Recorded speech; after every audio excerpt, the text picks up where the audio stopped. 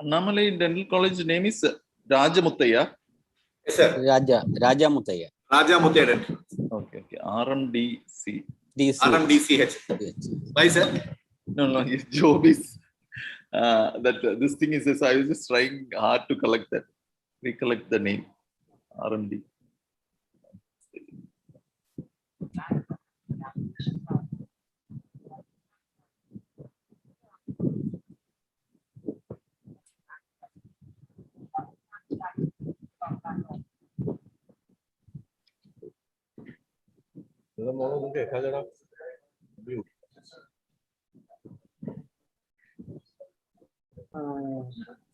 So proceed. I think we are on live right now.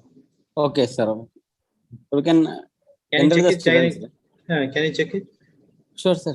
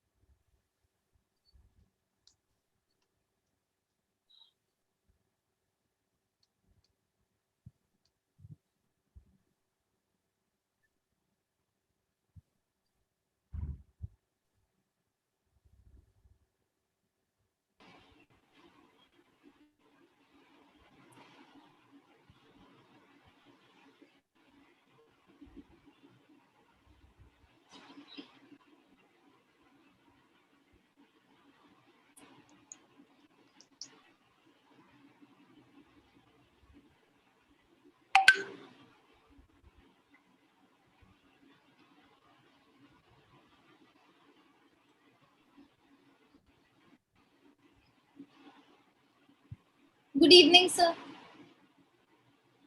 Good evening. Hi. Good evening. Good evening. Hi, Kavita. Hi, sir.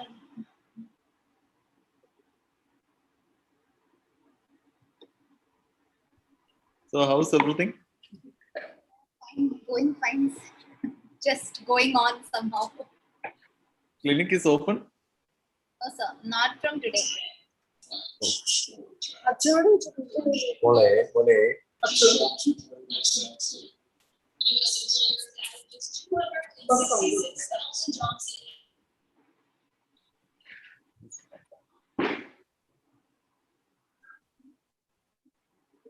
Hi, Reena ma'am. How are you? Hi, how are you? Fine, thank you, Kavita. Sharat sir, everyone is excited to hear you today.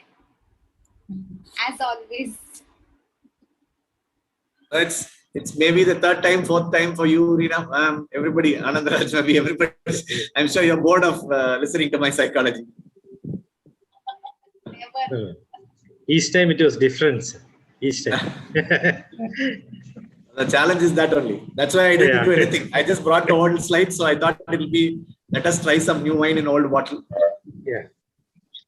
Your examples, everything, no, that was easy to understand actually. Many things, no, many concepts, everything. And every time it sounds new. And that too, psychology is nice to hear also. In rapid revision, 1 hour, I don't know whether we can justify, but maybe at least, yes, definitely. Otherwise, it's nice. Let us see. Let us try. If they have done a little bit of reading, it will be useful actually, but I don't know. They should Yeah, all, they they're all informed exam actually. going. Yeah, they have informed last time only. Read about it, read about the questions previously asked so that we can have any doubts or anything, it can be cleared. So, Good evening, ma'am. Shobha, ma'am. Good evening. Happy to see you. good evening, ma'am. Good evening, ma'am. Good evening, Good evening, ma'am. Good evening. Good evening. Good evening, everyone. Sharath, Yes, ma'am. Good evening, ma'am. Good evening, ma'am. Reena, Koruth. Yes, ma'am.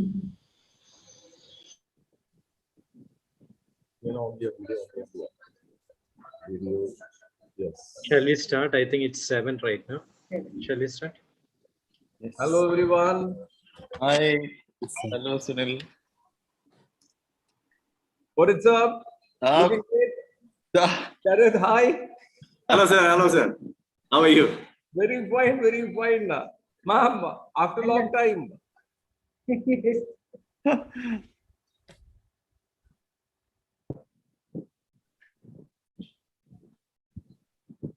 Fine. So Sharad, all excited to listen to you. Yeah.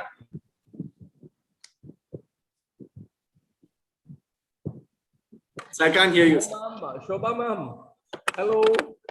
Oh, hello. Long time. Hello. Hello. Good evening, ma'am. Good evening. Good evening, ma'am. Good evening.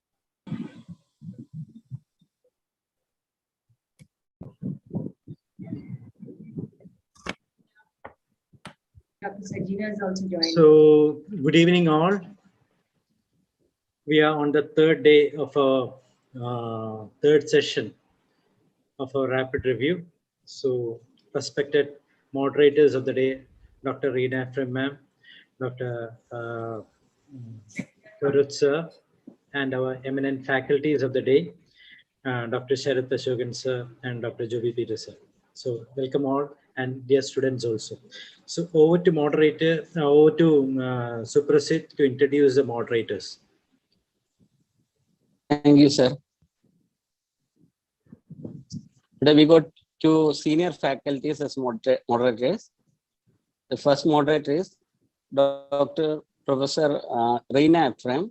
She is one of the senior periodontists in Kerala. She completed her undergraduation and post-graduation from Courts Manipal. She has 20 years of teaching experience in various colleges in India.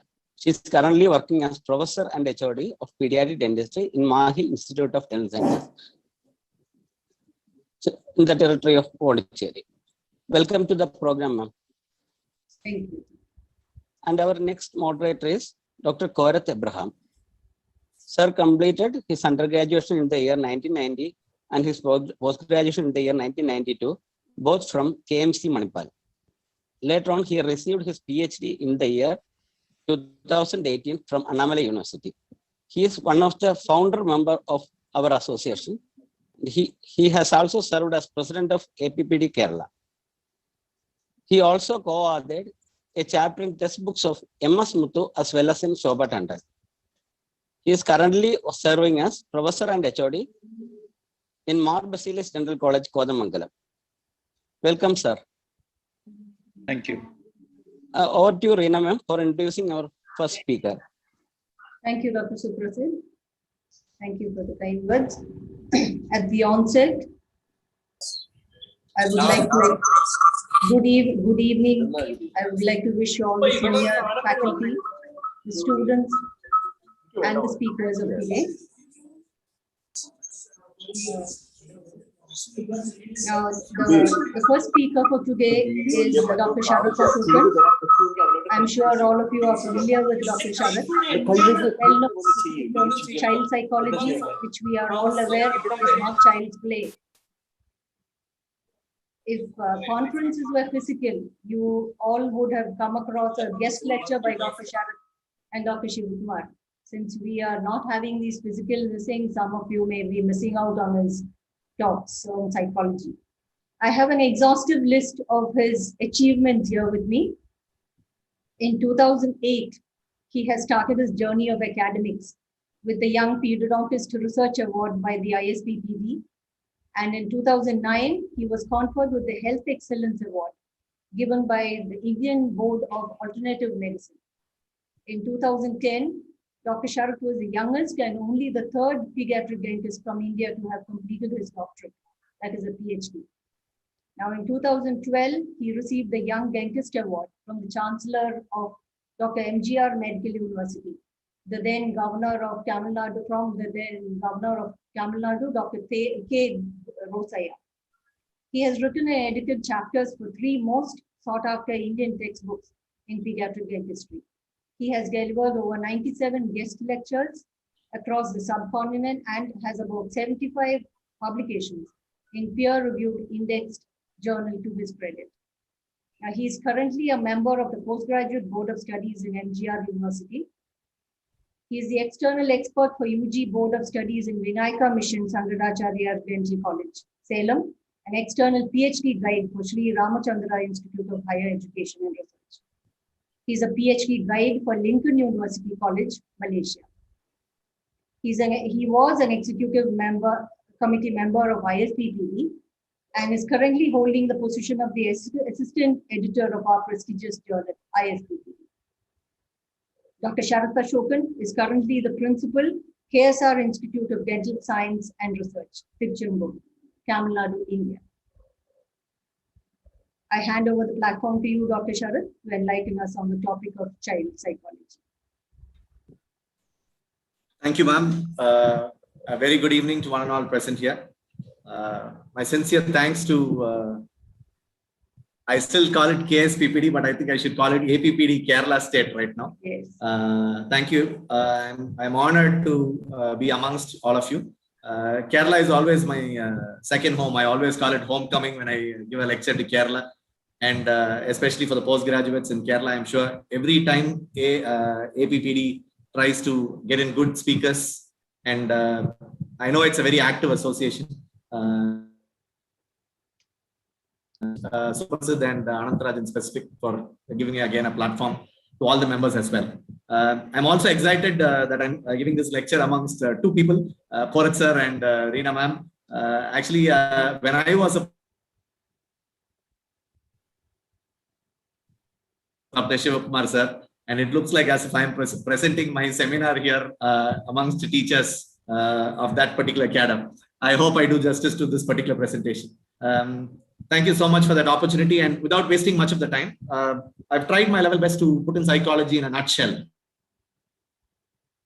really possible to discuss about 6 to 7 theories in child psychology in less than an hour. But let me try and consolidate. I sent my presentation a day before and the list of questions asked in universities other than Kerala, because I thought Kerala University, I'm sure most of you would have probably had access to that particular thing. But quickly to go, yeah, this is my usual first slide.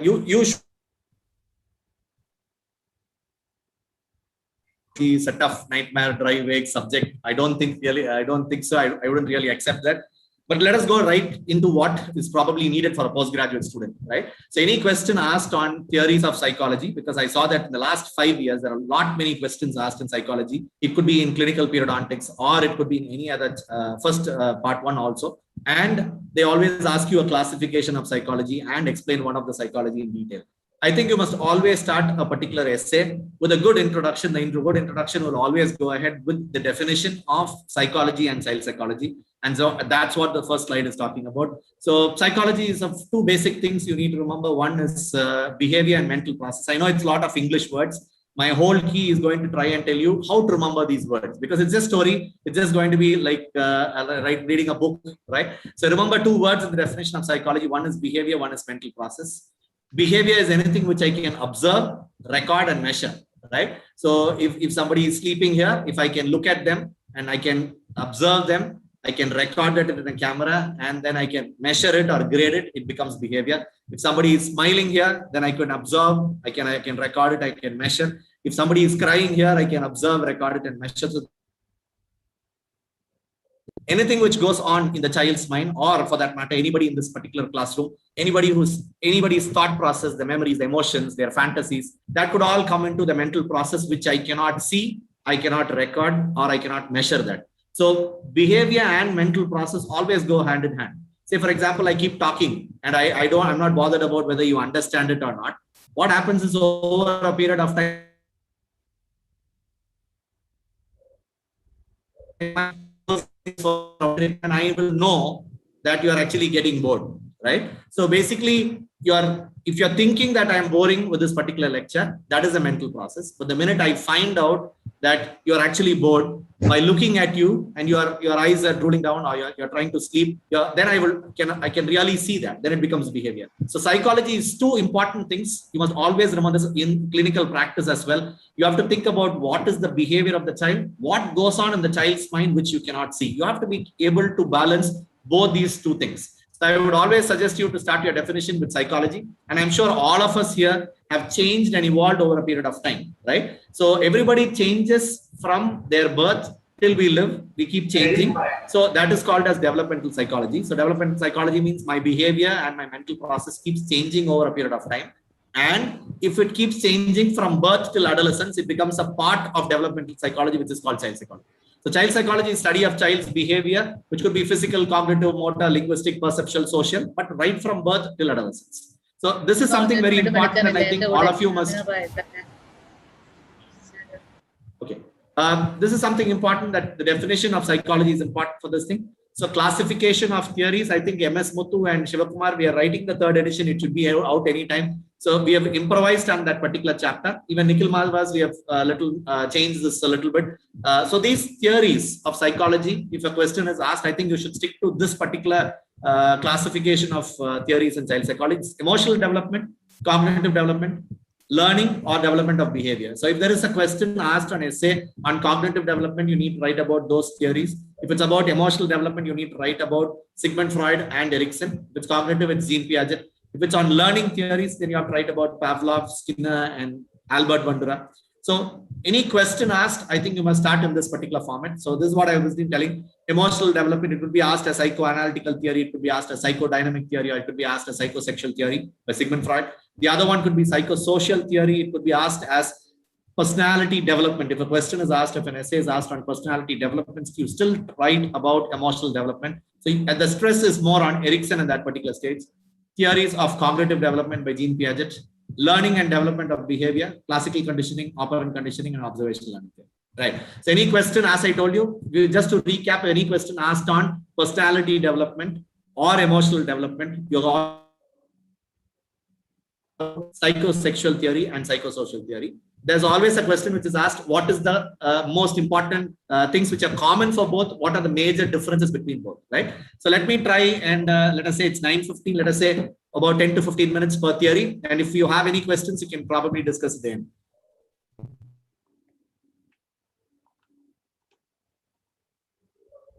Sigmund Freud was not a psychologist, right? Sigmund Freud did not treat children, right? Sigmund Freud did not treat children. He was not a psychologist. So he was basically a hypnotist. He treated adults. He gave hypnosis to people. He gave hypnosis to people who were very depressed in their mid 30s and 40s. And he was trying to find out what was the reason why they were having depression, right? So then he wrote a book like Interpretation of Dreams. He was trying to interpret people's dreams and see whether some part of their early childhood affected their personality. Right. So this guy was the guy who talked about personality about 115 years before. So he's considered the father of modern psychology. So personality, a question could be asked on personality. So if a personality is asked, I told you, you have to definitely mention Sigmund Freud. In personality, we have to write about this id, ego, superego, which is called the psychic triad. It's also mentioned as iceberg phenomenon. So why was he specific about personality? Because whoever he saw, whether it was a successful lawyer, whether it was somebody who was very, very powerful at mid 30s, mid 40s, he found that the roots of their basic problem, their early childhood. So he really thought that in early stages of life, especially for the first 5 years of life, if people had some conflicts in their mind, okay, and these conflicts could determine the personality of a person at a later stage. Say, for example, you are a spendthrift, you are a miser, right? One of you there, right? If you think about yourself, think about one particular personality of yourself. You are a very organized person.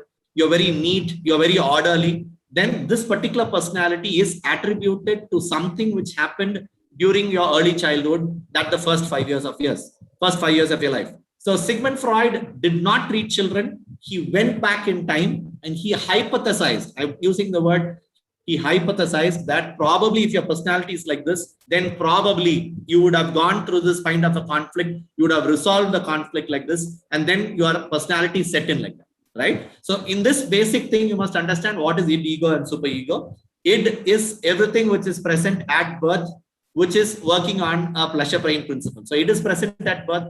Okay, it is present at birth. It works on a pleasure pain principle.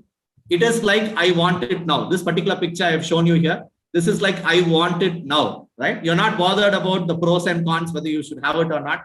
You want it now is what you're thinking right now. A child thinks like that, right? The child thinks he looks at a toy, he looks at a cotton candy, he looks at a balloon, he looks at a toy. He wants it at that point of time. So I want it now is id. Child wants it. So if the child gets it, he's happy, it's pleasure. If the child does not get it, he feels painful. And that is why it's called pleasure pain principle, right? If the child gets it, he's happy. If he doesn't get it, he's upset about it. He does not really think, or he's not able to think whether he really needs it.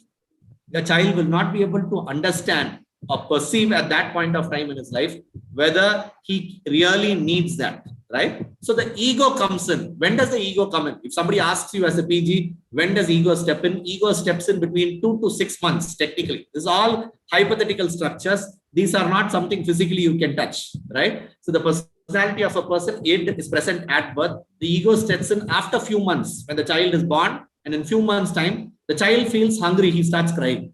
In few months, he knows that if he just cries, he will not be able to get it. Probably if he sees the mother around somewhere, he cries, then he knows he can gain the attention of the mother.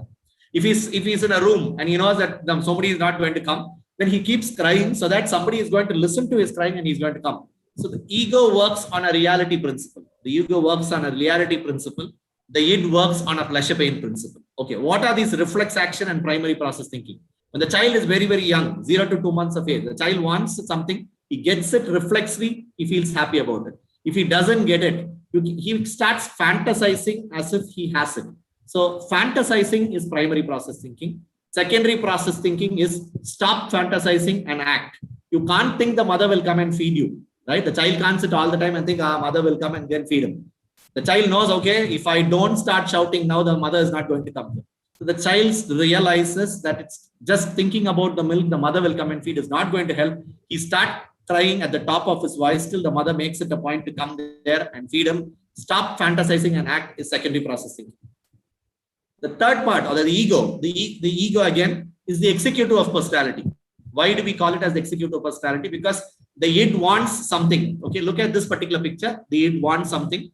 The ego says, do we really need something? He has to sit and assess the reality.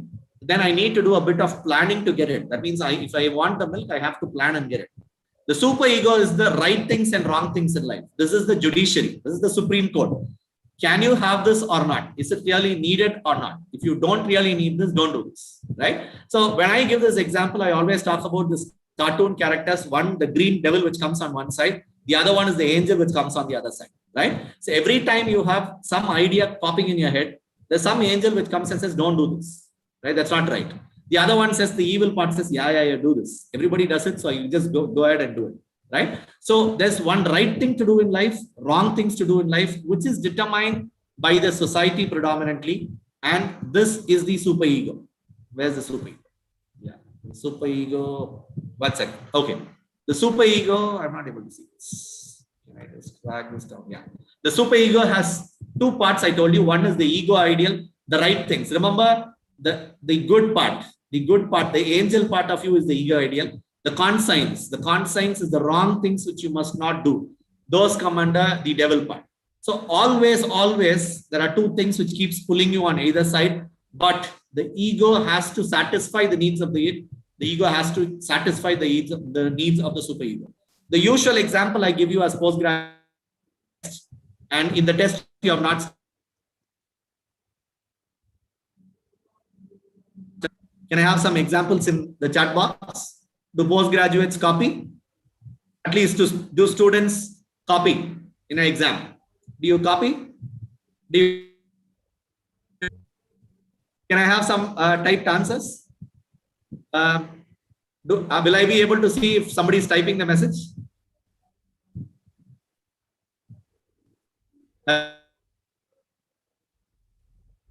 Yes, I think it will be shown in the chat. Okay, sometimes you copy. Thank you, Risana. Thank you for answering that question.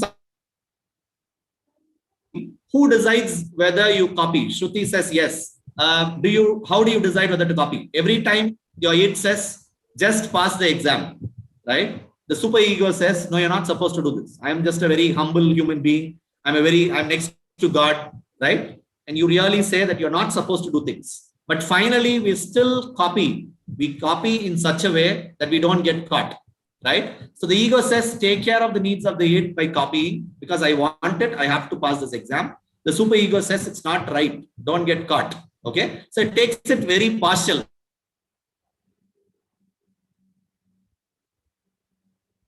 Right? It says, okay, don't get caught. The superego says, don't get caught. It says, I want it. So do this without getting caught. The ego determines the personality of a person.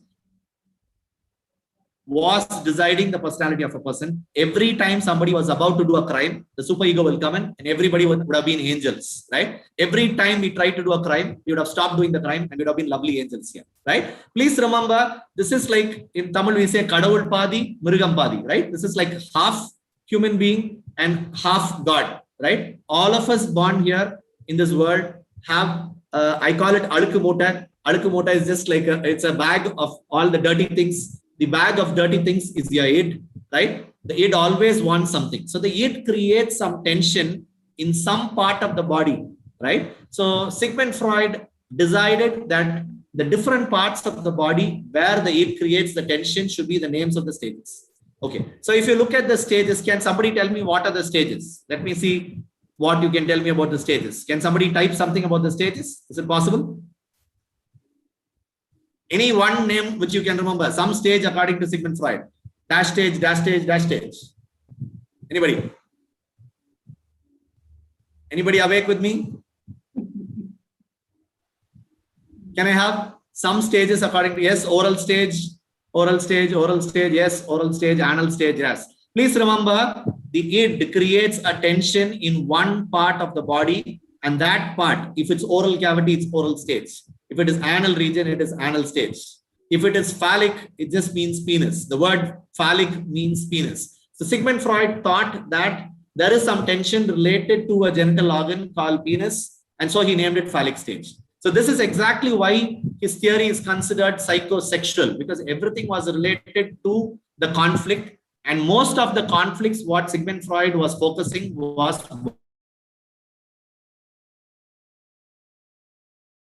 If you have to remember two more words for me, Sigmund Freud's conflicts were predominantly sexual urges or aggressive drives. So the conflict is mind which had some conflict related to aggression or sexual urges. So where does this id create the tension? The id created the tension in one part of the body. This part of the body is called the erogenous zone, right? The erogenous zone is that part of the body where the id created the tension. And based on the part where the body where the id created the tension, he named it as oral stage, anal stage, phallic stage, latency, and what? Because I saw 4 stages. I didn't see the 5th stage. Anybody? Oral stage, anal stage, I saw latency, I saw phallic stage, genital. Thank you. So there are 5 stages based on the erogenous zones, and that's how it works. Okay, why do we want to know id, ego, superego, and psychosexual theory? Right? That's $1 million question, because we read psychic triad one side, then you go to the conflicts and write oral stage, anal stage. There's always a connect. Every stage, the id goes and creates a tension in one part of the body. The ego comes in, the superego comes in. How does the conflict get all right? How does the conflict get all right? Because the ego has to satisfy the id creates a tension. The superego comes and tells right things and wrong things. And how does the child manipulate this conflict is what is deciding the personality. And that's what Sigmund Freud was trying to tell. Okay, so let us see here. There is something called ego defense mechanisms. As a postgraduate student, if I would correct your papers, I would definitely look for this particular word. Ego is the executive of personality. I told you it's driven by its pull on one side, the superego on the other side. But the most important thing is ego defense mechanism. The ego has to defend itself from the pull of the ego on one side, it on one side, and the superego on the other side. One such ego defense mechanism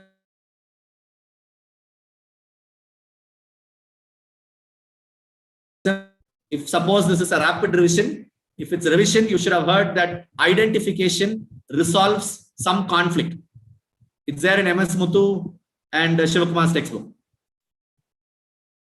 Identification is the process by which it resolves dash conflict.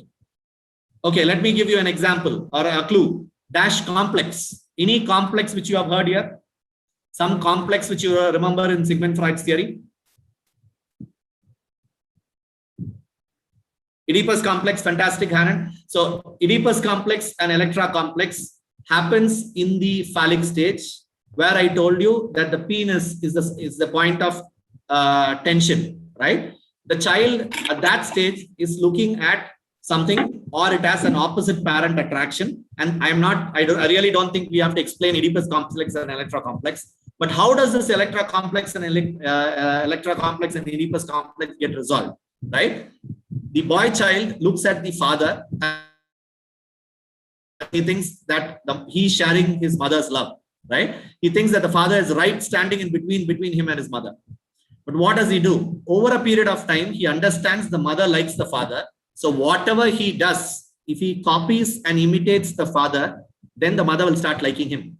In doing so, he starts identifying himself with the father and then resolves the conflict of Oedipus complex and Electra complex. The girl child looks at the mother and then tries to copy and imitate the mother so that the father starts liking the child because he looks more like the mother, right? So when we come to the stages, I will talk about it, but I want you to remember that id, ego and superego are not one short notes, and then the other side is oral stage, anal stage. At every stage, the id comes in and creates a tension. The ego is defended by the ego defense mechanisms. I will give you one example for you. You might not really, it might not be possible for me to go through everything, but maybe one example I can give you is maybe, okay, I will tell you displacement.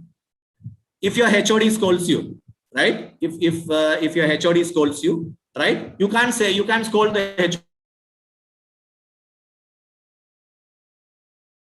It's just not possible. You keep all that anger within you, right? Because the superego tells you, don't go and shout at him because you'll be in trouble.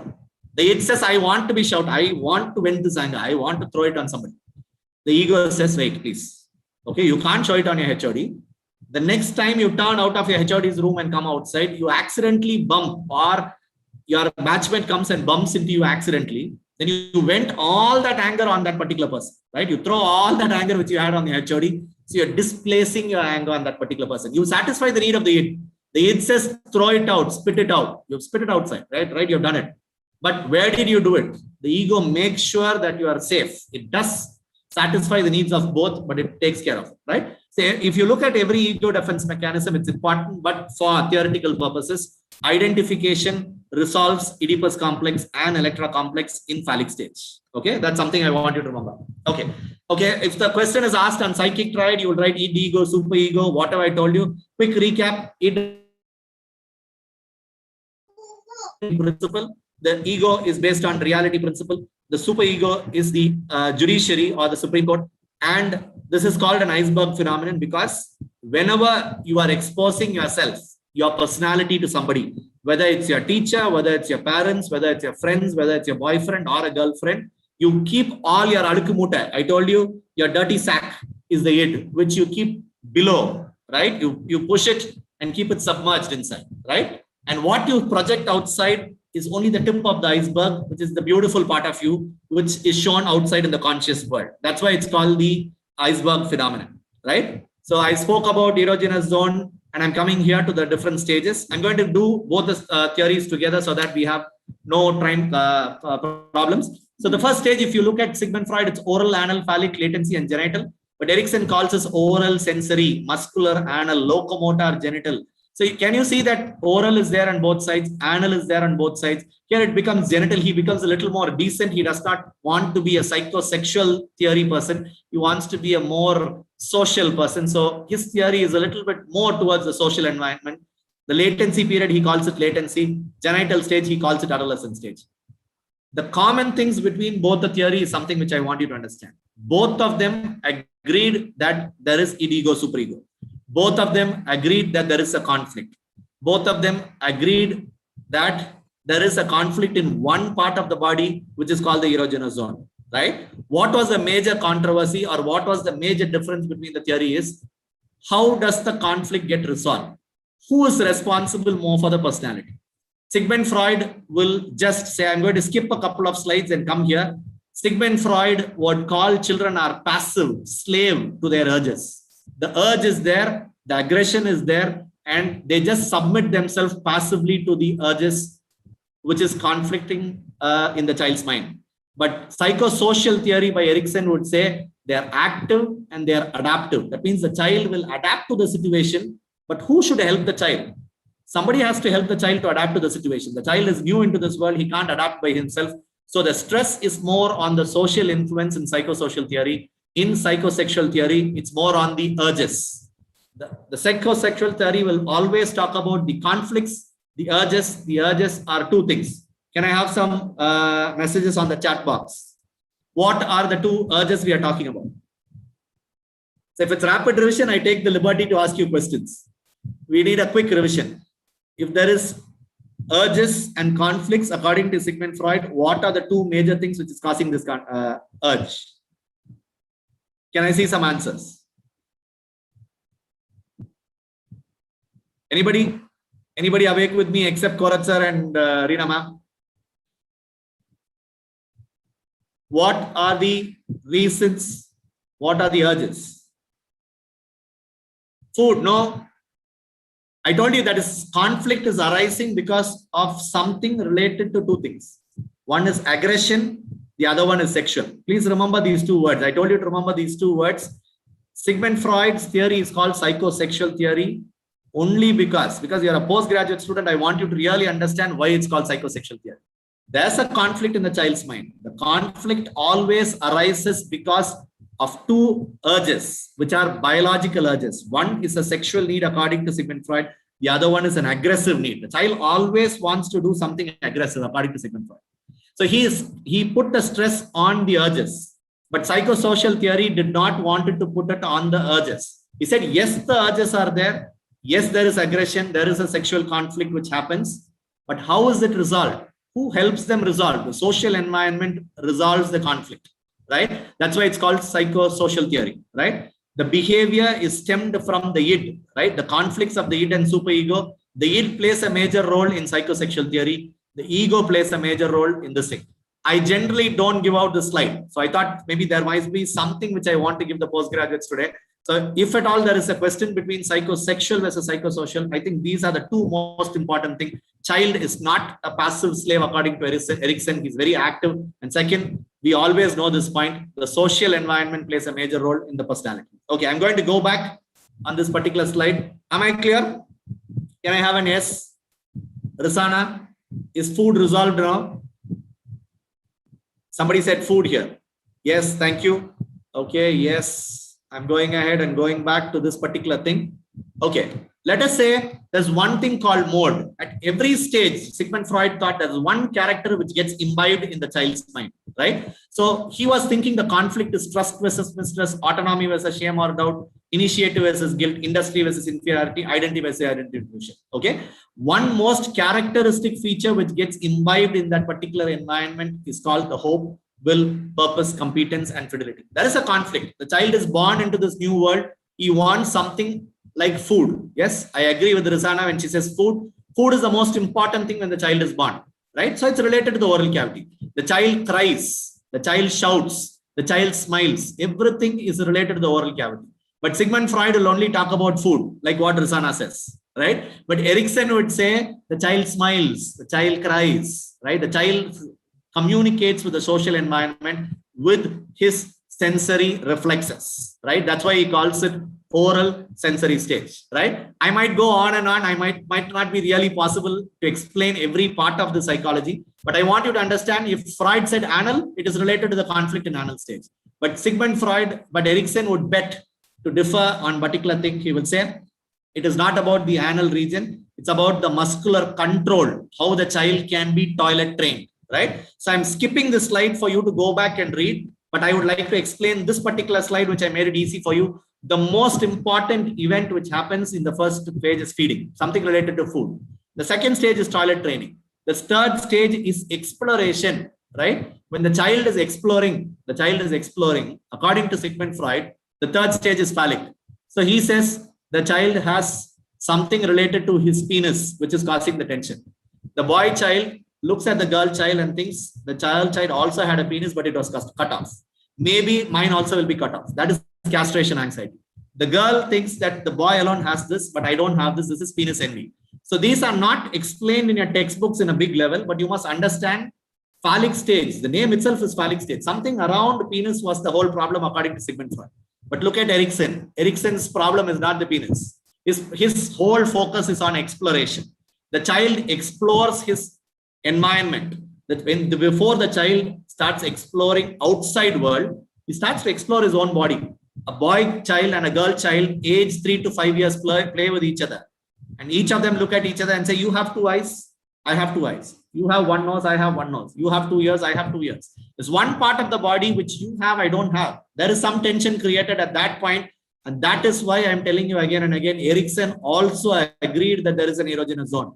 But he did not want to put the stress on the erogenous zone alone. He wanted to put the stress on something else. Who allows the child to explore? If the parent allows the child, okay, you climb a tree, right? The child will develop an initiative.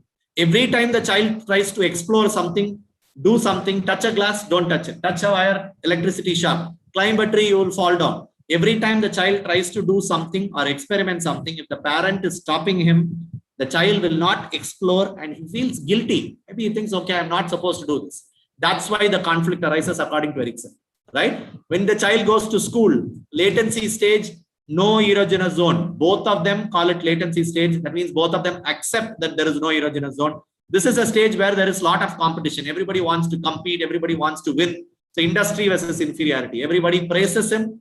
Then it's a big industry. Adolescent stage. Sigmund Freud calls this genital stage, but Erikson calls this adolescent stage, right? So there's a difference again, because he does not want to talk about just opposite sex attraction, masturbation, fantasizing. He does not want to stop there. He says you have to go more. This is about social relationship. This is about peer group, right? So peer pressure, how much the influence of the school and the friends helping the child identify himself, right? All of us identify ourselves with our parents, with our family, with our friends. So that's what happens. So if the child moves from one stage and goes to the next consecutive stage, then he's okay. But if he's not going from one stage to the next stage, it is called concept of fixation. I'm going to ask you a quick question, right? When there is a question on thumb sucking, right? When there's a question on thumb sucking,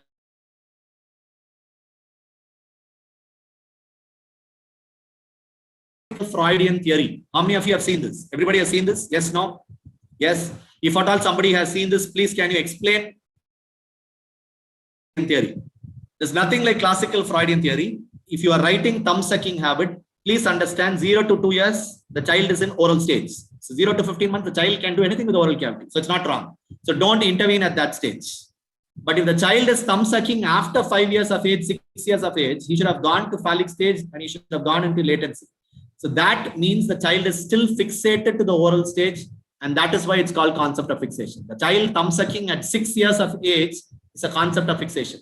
So I cannot rubbish or rule out Sigmund Freud's theory completely. It still holds good for certain things like thumb sucking, and I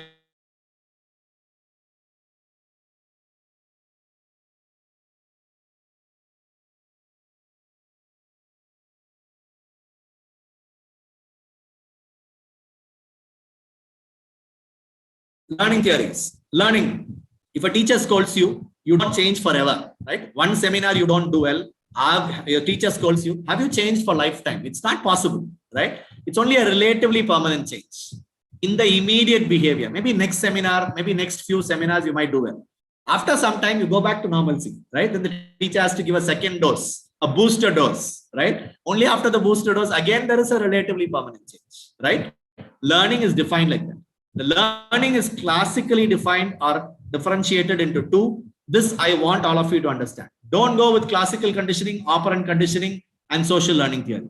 If a question is asked on learning theories and its implications in behavior management, applications of psychology theories in behavior, or whatever question is asked related to clinical applications, you have to talk about learning. Whenever you talk about learning, you will define learning, and then you go ahead and write associative learning and non-associative learning. Associative learning means you associate two stimuli. One stimuli associative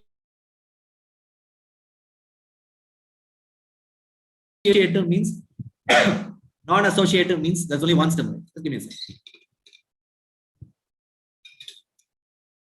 Non-associative means there's only one stimuli. Associative means there are two stimuli. You associate one stimuli with the other one. In classical conditioning, you will see that the bell is a neutral stimulus. The neutral stimulus is one. Excuse me. The neutral stimulus is one that does not evoke a response. If you give a bell, the dog is not going to salivate. But if I keep ringing the bell and then provide the food, ring the bell, give the food, ring the bell, give the food, the dog will start salivating as soon as the bell rings. So the neutral stimulus is converted to a conditioned stimulus. Now, which are the two stimuli which I am associating? Please put up on the chat box. I want to see some answers on the chat box. Which are the two stimulus? Put it as NS, CS, CS or whatever. Which are the two stimuli, or put as bell and something. Which are the two stimuli I am associating? Yeah, wine coat is the neutral stimulus. Yes. Okay. What am I associating with the other one? Can you see that there is a bell and there is food? Bell, food, bell, food, bell, food. That means I'm associating these two stimuli. White coat injection, white coat injection, white coat injection. I'm associating white coat and injection. That's why it's called associative learning. So classical conditioning is a classical example of associative learning. This is something I want a postgraduate to understand. I'm skipping the other things because I don't think I should do that. There are 5 stages: acquisition, generalization, discrimination, and spontaneous recovery and extinction. If you have any doubts regarding this, I will do that when we do the question answer session. But I want to do something higher. There's something called higher order conditioning, which is there in MS Muthu textbook.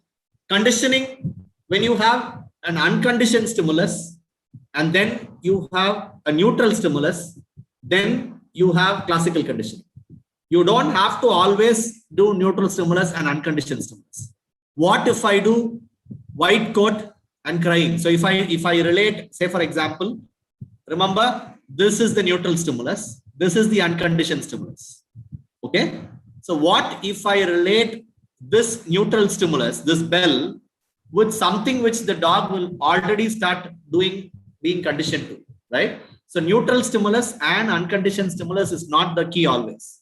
Neutral stimulus with existing conditioned stimulus can have more problems. Say, for example, when the child walks into a dental office, the first time he walks into a dental office, he acquires the dentist could be dangerous. He's acquiring something. Second time he goes to the dental office, he says, okay, all these dentals are the same. So he generalizes that all these guys are really painful for me, right? The third time he goes to the dental office and sees the dentist is wearing a white coat, he has an injection, he has a dental chair, it smells the same, right? Then he starts thinking, okay, at a bigger level, right? Now, the unconditioned stimulus of a dental chair, okay, or a neutral stimulus like a dental chair, now what is it becoming? It's becoming like something which is already getting conditioned, right? The next time the parents say you have a dental visit, they are not coming to the dental office, right? So in private practice, sometimes parents come and say, we don't even tell them that we are going to take you to the dental office. We just brought him saying that we are going somewhere else. The child will cry. The child will cringe on the sight of the dentist board or the name. If you just say the name of the dentist, he'll start crying. This is called higher order conditioning. So phobia is related to higher order conditioning. I know it's a little bit too much, but if you understand classical conditioning and for extra marks, you must be thinking about higher order conditioning. Okay. The other one is if you can increase something, you can always decrease the other one. This is called counter conditioning. Why do we keep aquarium, a fish tank, a play area in the dental office? The pediatric dental setup utilizes the concept of counter conditioning because you want to relax the child. You want to tell the child who has generalized us with every other dentist. You want to tell, I'm a pediatric dentist, I'm not like the other guys. So what am I going to do? I'm going to discriminate myself. And that I do with counter conditioning, right? I'm associating a pleasant unconditioned stimulus, watching TV, drawing something in the waiting room, play in the play area, looking at the fish tank. All that is unpleasant, is pleasant stimulus for the child.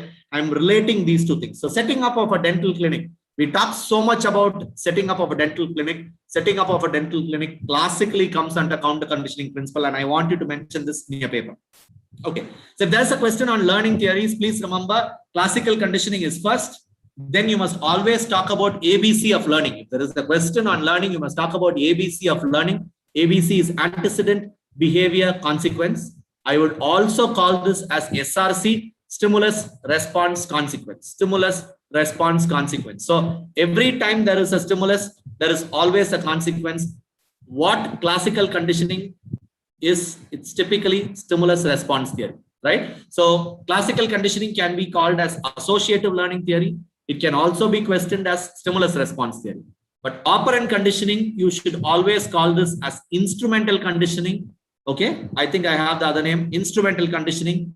The other one is stimulus response consequence theory. So Skinner put a rat inside a cage and he electrified the floor. So if the rat did not press the lever properly and take the food by himself, that means the rat was allowed to take the food by himself. The rat had everything in control, right? So the rat is, if he does the things well, he gets a reward. If he does not behave properly, the floor was electrified. So I'm not going into the experiment like what I skipped in classical conditioning, but I want you to understand how it helps in contingency management. When we do behavior management tomorrow, we'll be talking about contingency management. So probably I will skip that tomorrow. I will only be telling here, whatever the child likes is pleasant stimulus. Whatever the child does not like is unpleasant stimulus. So this is a 2x2 table. Pleasant stimulus presented, pleasant stimulus removed. Unpleasant stimulus presented, unpleasant stimulus removed. All your behavior management techniques can be poured into this table because everything will fit in here. Most of it is stimulus response consequence here, right? The child is given a reward, a social reinforcer, a gift, a reward, right? Everything is positive reinforcement. What the child likes. What does the child not like? He wants to escape something. The child is given a choice. You always give reasonable choices to children. You ask.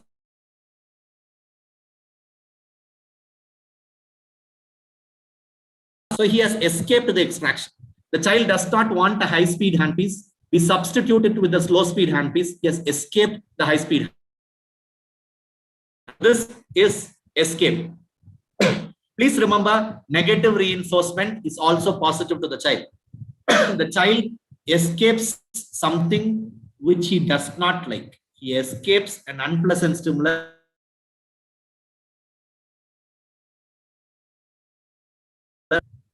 Omission or timeout, I always tell timeout, like in sports. Timeout for whom? Timeout for the pleasant stimulus. So if the mother is a pleasant stimulus, it's timeout for the mother has to go outside and wait. Right? So the pleasant stimulus, sending the mother outside is not negative reinforcement. Please understand, sending the mother, if the mother is a pleasant stimulus, sending the mother outside is timeout or omission. Punishment, what does the child does not like? Can you give me some things as behavior management techniques which we do, which the child does not like? Let me look at the chat box. Give me some examples of something which we do in the dental office which is not liked by the child. Very good. Voice control, restraints, fantastic. Okay, voice control, physical restraints, hand or mouth exercise, all aversive conditioning. Can I use the word aversive conditioning here? Physical restraints, hand or mouth exercise, voice control, all of it. Yes, home, all of this could be a kind of a punishment, and we should not be doing this to children, right? Okay. So as a postgraduate, I want to add one thing here: escape learning and avoidance learning. Under negative reinforcement, you have two things: escape learning and avoidance learning.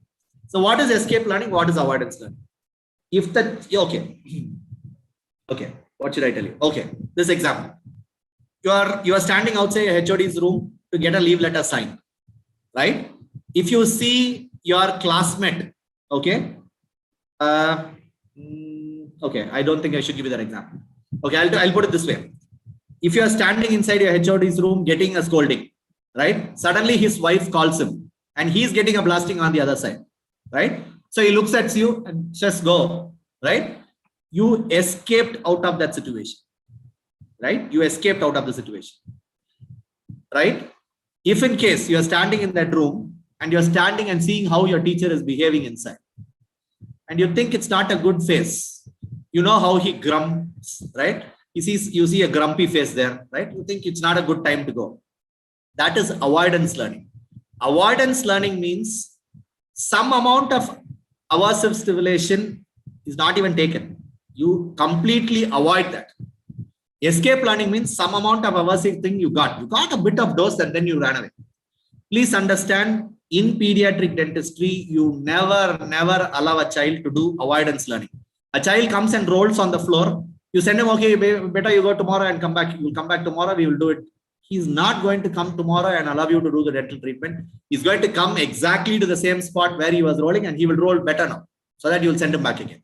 Because he has learned avoidance learning, right? He learned how to avoid the situation.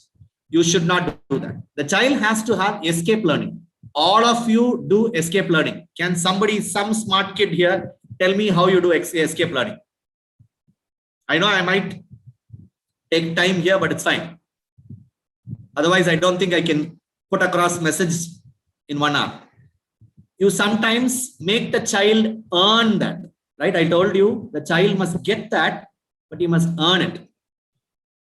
Are some of you asking the child to raise the hand and you say that I will stop? Are some of you asking the child to count 1 to 10 and then you stop? Can I see some yes, please? If you are really using this, can I see? If somebody is asking the child, say, if you have difficulty, raise the hand. What are you doing? The child went through something which he did not like. Then he decided, I am not taking it anymore. I am not taking it anymore. Please stop it. He raises the hand. You count, you tell the child, I'm going to count from 1 to 10. You count 10 and then you stop. The child has taken an earned rest. Escape learning is earned rest. If you want to write a word there, write earned rest so that you remember. In pediatric dentistry, always allow the child to do escape learning and not avoidance learning. Okay, done. So the last one, okay, I told you this stimulus response theory. This is stimulus response consequence theory. Observational learning theory is put forward by Albert Bandura. It's also called a social learning theory, vicarious learning theory. Observational learning theory is one theory which I am sure all of us understand easily. The child observes somebody and learns. In the previous example, I told you, you were getting are waiting. Your co-PG is standing inside the HOD's room with a leave letter. And you are seeing that the HOD is blasting your co-PG. Will you go inside that HOD's room? Yes or no? I want some answers.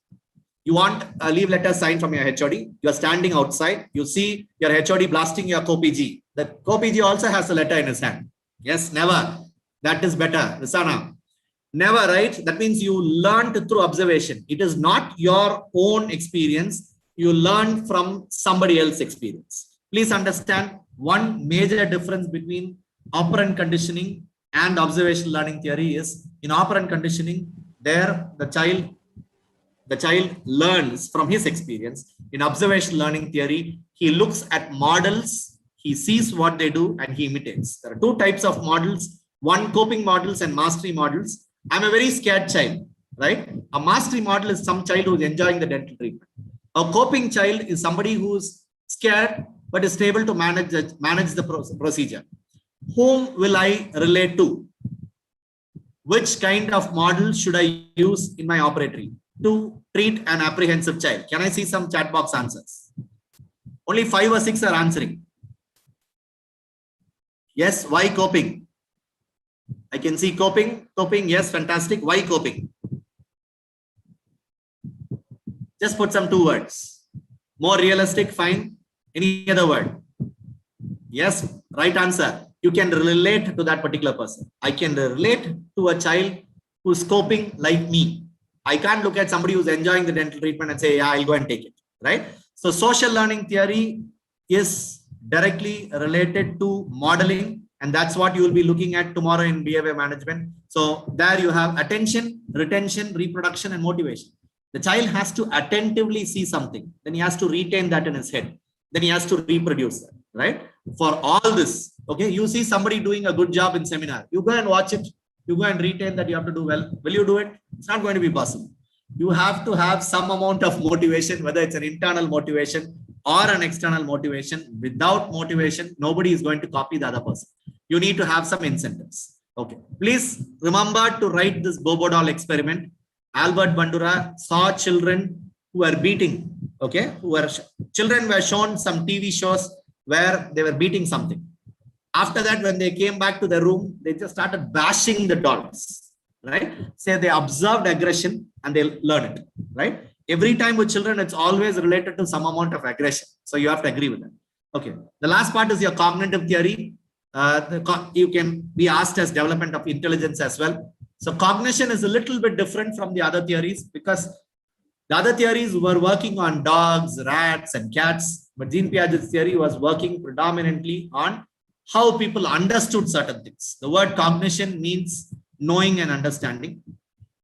He called himself a genetic epistemologist. When I say genetic epistemologist, how do we come to know certain things? What is the origin of our understanding? Why do we understand certain things that way, right? So he used the word invariant developmental sequence. I don't think I have that word written here. I want all of you to write that invariant developmental sequence. Probably I will type that here. Invariant developmental sequence, sequence. All children will go through a stepwise consistent expansion knowledge, right? That means every child, did I type that to everybody? No, I think I typed it to somebody. Okay. I think I sent it to somebody. Can that person post it on the group? Invariant developmental sequence just means that every child goes through a consistent stepwise expansion. Meaning, at 3 years, if the child can understand something, that's what Jean Piaget believed. At 6 years, the child can understand better. At 10 years, the child understands different, right? So a specific point in time, the child understands each part, right? So that's how he called himself. But how did he arrive at this? That's most interesting, and I want you to understand. He gave the same set of questions to 5-year-olds, 6-year-olds, 7-year-olds, and 8-year-olds, right? And he found that children with older age group had more right answers. Children in the younger age group had lesser right answers. If I and you corrected the paper, we would have thought that children with older age group had got more marks, right? And children in the lower age group got lesser marks. But Jean Piaget did not want to look at it that way. he said that younger children did not understand the question right. Only if I understand the question right, then probably I can give the right answer, right?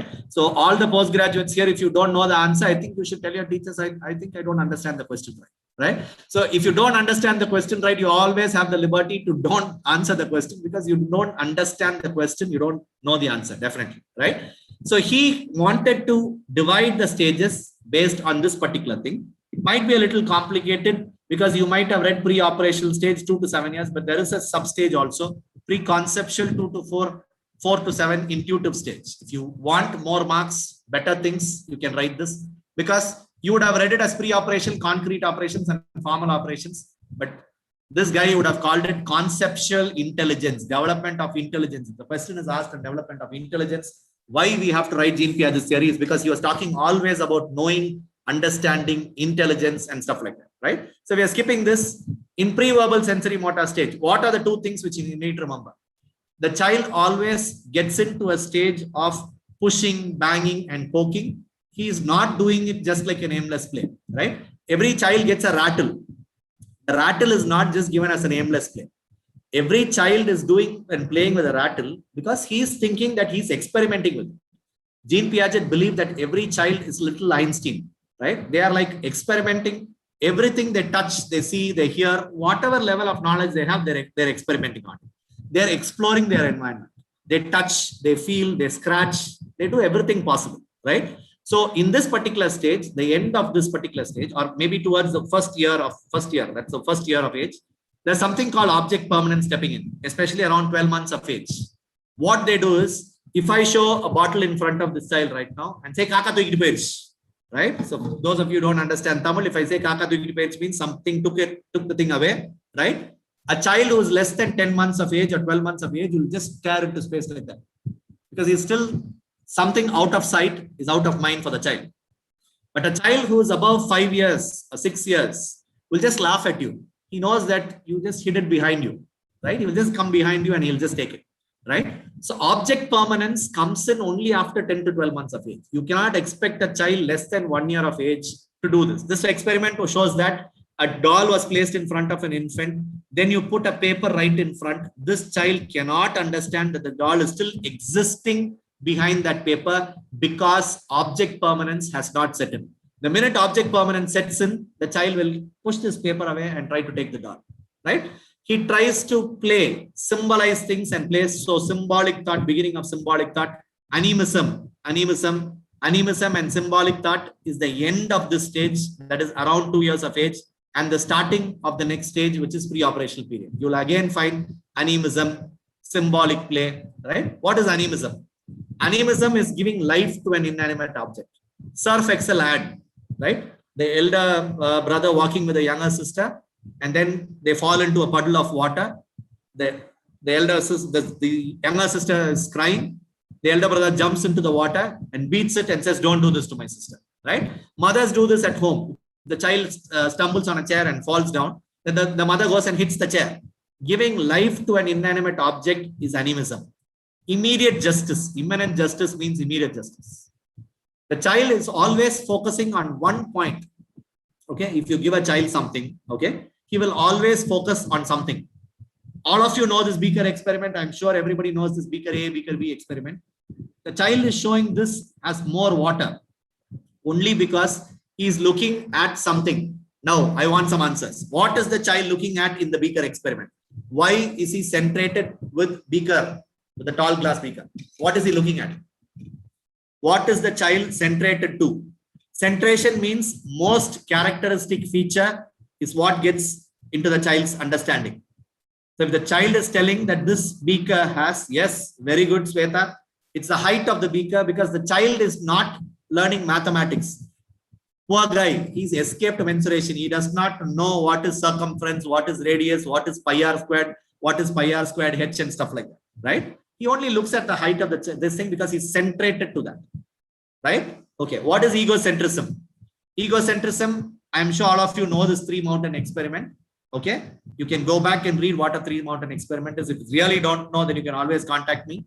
But what you need to understand in egocentrism is the child cannot understand from another person's perspective. The child can't understand from somebody's perspective. If the child is asked from which direction he is looking at it, from which direction the doll will look at it, the child will always pick his direction because he thinks the way he looks at something or the way he perceives something is exactly the same way the whole world looks at it.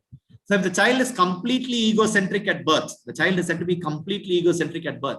So can you go and tell a 4-year-old child, don't eat chocolates? Chocolates are not good for you. The child will say, I like chocolates. If I like chocolates, that means the whole world likes chocolates. So child who's egocentric, you cannot go and justify telling him that there is some other perspective to it. It's not going to be possible. So egocentrism is just the child is not able to put himself on another person's shoes and explain or what is happening from another person's perspective, right? So let us look at what happens in, okay. The only thing what I want you to understand is whatever happens in period of pre-operational period, which is like the Beaker experiment, egocentrism, gets knocked off in concrete operations. If you're finding difficult to understand operations, concrete operations, formal operations, it's very easy. A child at 7 years of age is under concrete operations. If you go back and look at the classification, it will be 7 years of age. A child who is 2nd standard to 5th standard is 7 to 10 years of age. They go by the rule book. The rules are very sacred. It's very, very concrete for them. If you go and tell a 7-year-old child, stand in line, pin drop silence. If you go and tell a 7-year-old child, okay, if you go and tell a 2nd standard child or a 3rd standard child, pin drop silence, stay quietly or something, they will just follow it just like that. Because the concepts are very, very, the sacred rule book. This is called moral realism. So it's concrete. If I tell all of you to stand in a line, by the time I finish my lecture, by the time Joby finishes his lecture also, you guys won't stand in a line, right? Because you don't have that concrete operations. The rule book is not sacred for you guys. So please understand the major difference between pre-operational period and concrete operation is the sense of conservation, reversibility, counting the numbers. If you ask a pre-operational child which has more stars, he will tell this one. Okay. Can somebody type in the chat box why a pre-operational child will say that this has more stars? A child in concrete operations will count the number of stars and says both have equal stars. A child who is saying which is longer in pre-operation will say this is longer. A child in concrete operations will say both are the same. Okay, it is not centrism. Can I have a better word? Egocentrism, and the other one is, what is it? So be very careful with English words in psychology because lots of English words. So why is the child looking at the stars and saying in a pre-operational child, a child who's pre-operational phase will say that if you ask a pre-operation, do you know this? I think the way you're not answering the question, if you ask a pre-operational child which has more stars, the pre-operational child will show that this has more stars because he's looking at the length of the stars. He's not counting the stars. That means he's centrated to the length, right? But a child who is in concrete operation is going to the school. So he knows in 2nd standard, he has learned addition, subtraction and stuff like that. So the minute you learn subtraction, reversibility comes in. The minute reversibility comes in, what happens? If you ask a child which beaker, he will say, if you pour this beaker back again inside, it is getting reversed. So they will be able to explain with logical reasons. That's why concrete operation, logical concept, conservation, reversibility, and the sacred rule book, which is moral realism. Okay. My last slide, the formal operations, concrete operations and formal operations. The formal operation period, you must remember 2 things. One is imaginary audience. The second one is personal fable. Personal fable, an extension to personal fable is also called as invincibility fable. The child thinks that he is invincible. A fable is a fairy tale story. In the fairy tale story, you are undefeatable, right? You are like the most successful person, right? So that is what is a personal fable. So can somebody tell me what this is? My last question for today. Personal fable and invincibility fable is called as dash dash, 2 words.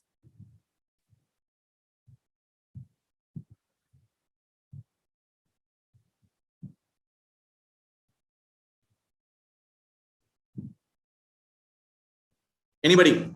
Is anybody here? Anybody knows what it is? Any guesses there? Any guesses there?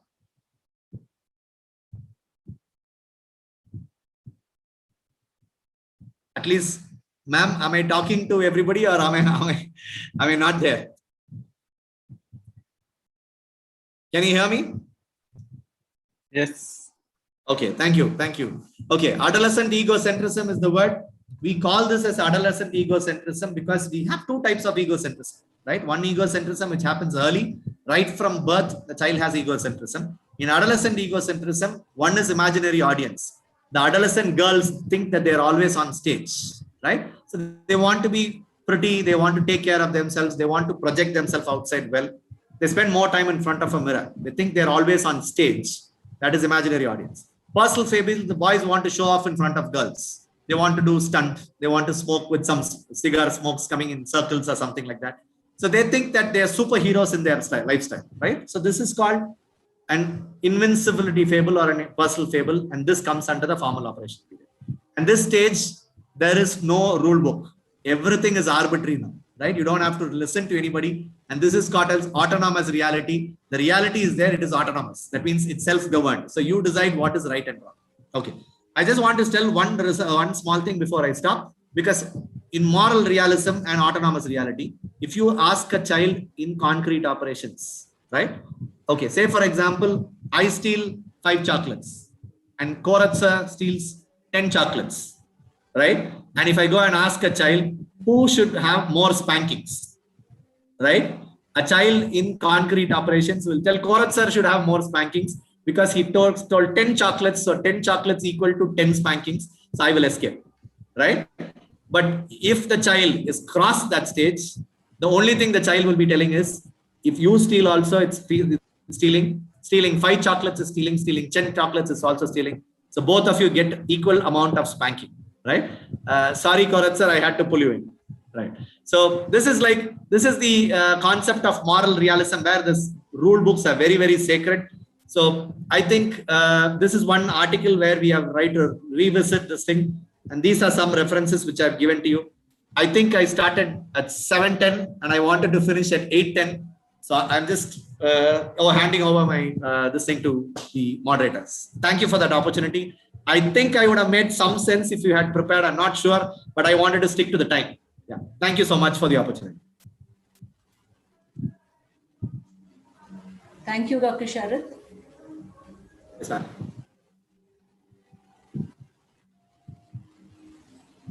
I hope students would have grasped a lot of things from this presentation. Yes, ma'am. I will take my personal things from all of you later, because I don't know what I spoke. I was just talking to the screen at my own pace because I thought it might drive in something. I hope it made some sense. Was it okay, ma'am? Yes, Yeah. it was okay. I think they would Yes. have, yes, they would have found a lot of sense from this. Okay. Because I think it was a lot easier to understand. Okay. If they had read a little bit, I'm sure they would have caught on a lot of things from this. Okay.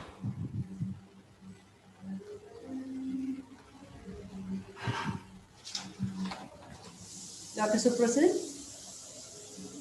Yes, ma'am. are we starting with the next talk now? Yes, sure, ma'am. Dr. Sharath, I think we'll get back to you for the questions if there are any Yes, ma'am. after Dr. Joby speaks. Yes, ma'am. Yes, ma'am. Thank you. Thank you very much.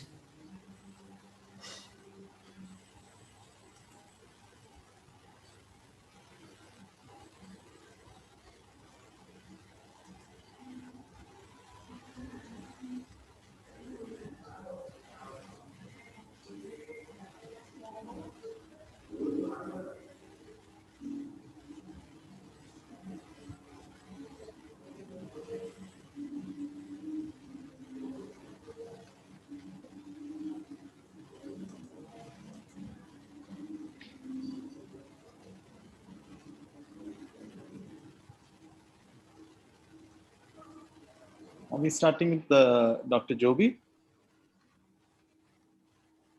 Sir, I'm here only. Sir, I had just got a call from Dr. Suprasid. I was attending the call. I'm done. I'm ready. Okay, so Prasid, I can. Sure, sir. Okay. Dr. Joby Peter is somebody whom all of you will know. I'm sure by now, because he's known all over for his interceptive orthodontics. I'm sure many of you will know that orthodontics runs in their family. He has a brother who is an orthodontist. So I'm sure that is his motivation. So let me introduce you. He doesn't need any introduction, but let me give you a little bit of insight what he is. Dr. Joby Peter was a former professor and head Department of Pediatrics, Dentistry in Malabar Dental College. He finished his graduation from Manipal College of Dental Surgery, Mangalore. Finished his post-graduation from Rajamuttaya Dental College, Annamalai. And to his credit, he has numerous national and international articles in various journals. He also co-authored a chapter in Textbook of Pediatric Dentistry by Dr. Damle and with Dr. Shobha Tandon. He also did a PG diploma in criminology and forensic science. He also got certified training for tobacco intervention initiative from NIMHANS, Bangalore.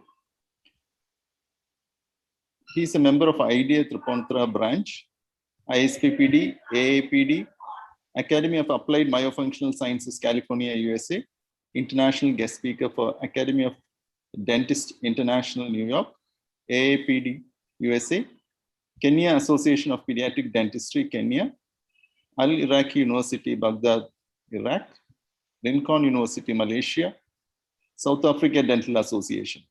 He is one of the coordinator and chief faculty in a firm called Online Dentistry, dedicated to online and offline training for dentists, and have done 300 plus free webinars during his lockdown to support our fraternity with clinical oriented topics. He holds the Limca Book of Records, Asian Book of Records, and Indian Books of Record for traveling in his car 10,000 kilometers in 27 days, covering 13 states for a noble cause, tobacco-free India. Probably most of you would have known this from the papers. It's a national campaign organized by IDA Central Branch under the able guidance of then National President Dr. George Thomas and Secretary Dr. Ashok Doble. He has more than 130 guest lectures, 110 CD program with hands-on in IDA, ISPPD, ADI, PII centers, and at various regional and national arenas and continuing. That's a phenomenal achievement by our Joby, our next door person, who is a very much Kerala person. It's very probably difficult to think that somebody like that exists here. So this is the guy. In blood, you will see him now. Carry on, Joby. Thank you very much for that. Thank you, sir. Thank you so much, Gaurav, sir. One of the person when I started learning about dentistry, used to hear about you and pediatric dentistry. I used to hear about your lots, and you introducing me is a great honor for me, sir. Such a nice way that you introduced me. Thank you so much. And thank you, AAPD, for giving me this opportunity, which has been repeated many times. The topic of my thing, as you all know, interceptive orthodontics. After that amazing lecture by Sarak Ashogan was like, I don't know how we can combine both. The one was psychology and one was interceptive orthodontics. Both are like a mysterious things for pediatric dentistry even till now. But salute to Dr. Sarath sir, he did an earnest attempt. I was listening to his each slide by slide, and what an effort he has put to make it very simplified way. Now, my topic, which I am going to cover today of interceptive orthodontics, is not going to be the previous session. You have to shift, delete whatever you have learned and gained or been attending for the past 1 hour. This is pure postgraduate way to approach an exam paper, question paper. You have a question paper related to what I'm going to talk now, how you are going to present yourself for the exam with respect to the questions which has been asked in PUHAS multiple times. And when I searched for Pan India, many of the questions have been repeated many times. So this session which I am going to cover is purely exam oriented revision. I am not here to teach you what intercept is. Please do not mistake me. I am here to make you to write legitimate answer for the questions that has been asked in multiple universities, and how are you going to project that questions. I'm going to give you multiple references. Please note down slide by slide, article by article. I'm going to give you. You need to find those articles and those references. If you put down in your question paper, in your answers, that's going to give you lots of credits or credibility. So that is my aim here. In this limited 1.5 hour time, is I asked Dr. Suprasid to give me 2 hour time. He said, sir, so we have cut down to 1.5 hours time. So I will be rushing and finishing this 1.5 time. So what is the order of today's presentation, which I'm going to start now? It's not going to be a very hectic and complicated like this. It's going to be very simple. I'm going to discuss the most commonly asked question, so that it's like a cookbook. It's like just note down these articles, note down the book, textbook pages, which I'm going to tell you, read it, scribble it down, make notes, and that's going to be very valuable for your theory examination, practical examination, even Viva. That can give you lots of advancement. That's what I'm planning here. So it's going to be a discussion of most commonly asked questions there. And if a question is asked, how I'm going to write, many of our postgraduates doesn't know how to write a question. They just start writing whatever they pop-ups in their mind. Oh, this is past, this is what. They have no way to know how to write it.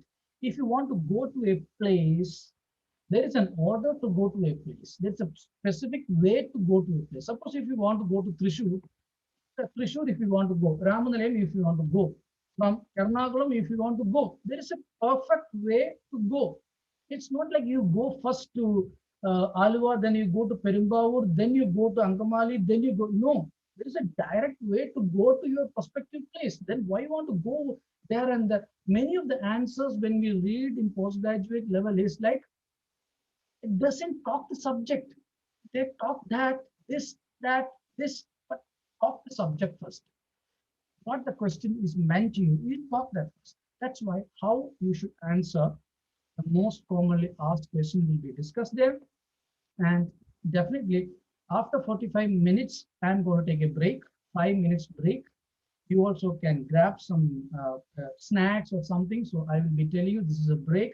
After 5 minutes, we'll be coming back and we'll be continuing the session. So it's not going to be a continuous monotonous talk by Dr. Joby. It's going to be an interactive session by you and me, and you have something there. The next part, 5 activities I'm going to show you. There are 5 activities going to come where you have to solve those activities and put in the chat box. So Zoom, if you are in the Zoom, there are around 80 people in the Zoom. So all those people who are in the Zoom, you have to have that activities. You have to put that. I have a paper and pen. I have already seen a paper and pen is with me. Pen and paper is with me. I will see who has done the activity for the first, according to my chat box, who has done that activity and posted the activity correctly. Now, why should I do this activity, Dr. Joby? There's a surprise for this. If you get the maximum number of activity corrected, like maximum number of activities, there are 5 activities. So out of 5, you got 5 full or 4 full, 3 full. Who's the maximum number of person who got that activity? Then you have a free entry of one of the must attend program called CBCT on this month 30th by us with eminent faculties in India. So the guy, the girl who has got the maximum number of activities till the end of my presentation, you get a free entry to this program, which is a must-attend program, especially for postgraduates. CBCT, Mastering CBCT. The lectures are been provided there. Cost, it's absolutely free for those guys or girls, and I will make them king and queen on the day. A special red carpet will be given to those guys or girls who get the first place after my presentation. So be vigilant. When the activity comes, wake up from your sleep, or put alarm that activity is going to come and answer it. That's very important. Let's see this video. Sorry.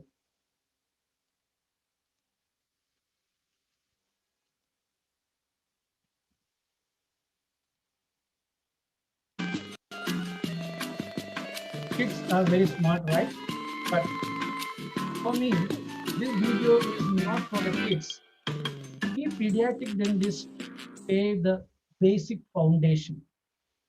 We are the one who mold the dental arches, starting from inception till 13 years of age. Pediatric dentists mold the dental arches, and orthodontics take care from there. No objection to orthodontics, because my brother is also a wonderful orthodontist. He is in GDC Kottayam, and everybody know Dr. LB Peter. He recently has even received M Ortho from Glasgow.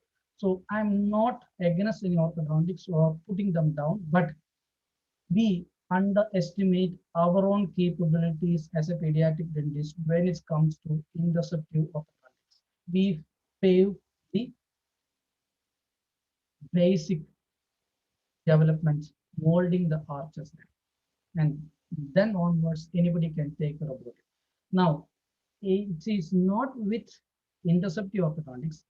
It is with what Dr. Sarath Ashokan said. Even the psychological attitude of the patient towards dentistry is molded by pediatric dentists. It is for cardiology. Pediatric dentists are the one who should instill a positive behavior attitude towards dental awareness and hygiene. We are the one who build the platform where anybody can build on top of that. That is a privilege, and that is what we pediatric dentists are supposed to do in our curriculum, in our practice. Now, how, whichever branch, whichever aspect you are doing it, I told you, even in psychology, even in orthodontics, even in cardiology, even in any aspects you tell me, extraction, any aspect you tell me, we are the foundation. Because we see kids, we see from the inception onwards, and we mold them. So one of the topics which I'm going to cover here about interceptive orthodontics, again comes into our hands first. And I told you I'm not going to talk about teaching you interceptive orthodontics. This is going to be how you approach interceptive orthodontics questions which are being asked in your exam, and how boldly you can write the answer there. So interceptive orthodontics, it can be asked as a 3-hour paper, short essay like a 1 hour, or short notes can come. So entire presentation is going to be like a script. Like if you attend the entire session, you can answer 3-hour paper. From this, you can cut it down to make into 1 hour, like a short essay, or 45 minutes paper. If you can further cut it down, then you can make into 20 to 25 minutes short answer also. That's the way it's going to be. So as a whole, when we discuss interceptive orthodontics, should have an introduction. Your questions, your answer should have an introduction. This will be definition about what is interceptive orthodontics, the need for interceptive orthodontics. This is a synopsis. You bring synopsis like an LD for anything you do, you bring synopsis to us, right? And we evaluate and we tell them to add this, right? Exactly, your answer should have synopsis like this. General aim of interceptive orthodontics. What is the correct timing to do interceptive orthodontics? Then comes the procedures for interceptive orthodontics. As you all know, so many procedures are there, like management of the crowding, serial extraction, correction of abnormal oral habits, muscle exercises, interception of skeletal relations, removal of soft bony tissue and bony barrier, cross bites, which can be anterior, posterior, space regaining, conclusion. This is entire interceptive procedures. You can put in a long essay, which I already told you. Now, let's start one by one.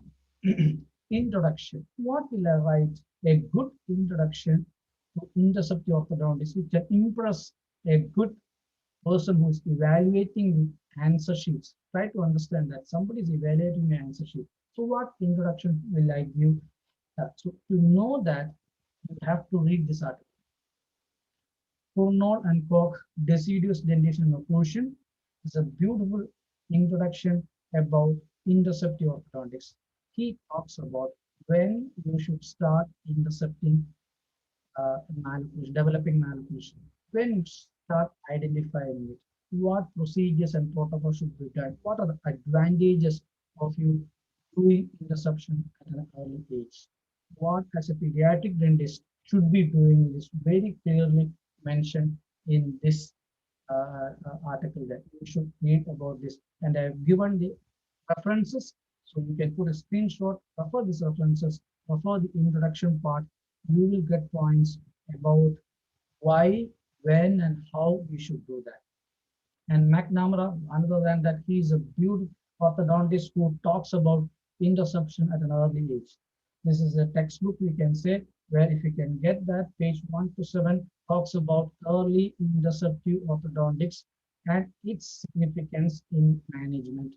So these two articles and these two things, if you read, you will get why we have to intercept it, what is the advantage of early interception, and what are the limitations that we have. Everything you will get in these two articles there. Now coming to, so once the introduction about this article, all those names are already done in your answer sheet, then comes your definition. Definition of interceptive orthodontics. There are 4 definitions which I'm giving you.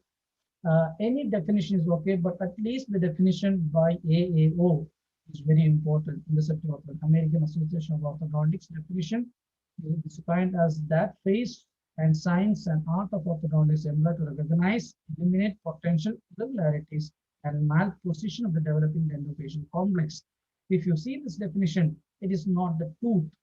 Please try to see that it is not the tooth they are dealing with. They are telling malposition of the developing dentofacial complex. So it can be a bony tissue, it can be a tooth, it can be the soft tissue associated structures and function. That is why this definition is very good.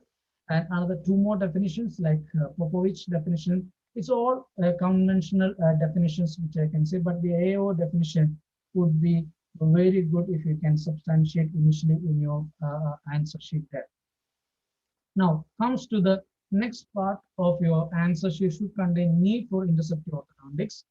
So why should we do interceptive orthodontics? So if you can plot this Ackerman and Profit, which says that 15% of the developing malocclusion can be fully corrected in the primary and the mixed dentition with relatively simple means. That's a very valid note by Ackerman and Profit. That means at an younger age, developing stage, we can prevent that. So need is required, and every 1 in 3 in their survey, they found out that every 1 in 3 require interceptive orthodontics, but they didn't have because nobody was there to treat.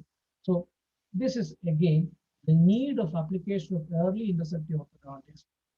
These 2 studies is there that, and even you can get an Indian scenario, state by state, Indian scenario of what is the prevalence of malocclusion and the percentage of malocclusion. This article, Sandhu S. and Ital article, Incidence of Malocclusion in India Review. It's a good article to get it, and it shows by state how much percentage of people have got malocclusion and how many people needs treatment there. So that is done. Now, what is the general aim of interceptive orthodontics? What should be, what are the basic aim? It's like to minimize the psychological impactions like teasing, when teeth of kind gaps are there, child cannot smile, are not confident in them. Prevent trauma, when procrastination can cause trauma. So you can prevent that. Prevent occurrence of dental pathology because of trauma, because of any other thing. Eliminate cross bites, developing cross bites at early age. If you identify, you can correct it. Minimize crowding, early management of crowding. Maintain a proper classroom incisor relationship and maintain the center lines. These are the basic aim why you are doing interceptive orthodontics. If you do not do interceptive orthodontics, what will happen? It will all get mixed up, and finally we have to compromise at the age of 30 and 40 years. So if you plan it nicely, you can prevent all those things, and a due occlusion can be given to the patient there. Now, timing, when you should start interceptive orthodontics. According to this article, they say most suitable age for screening of the child for interceptive orthodontics should be 9 years of age. It was in 2000.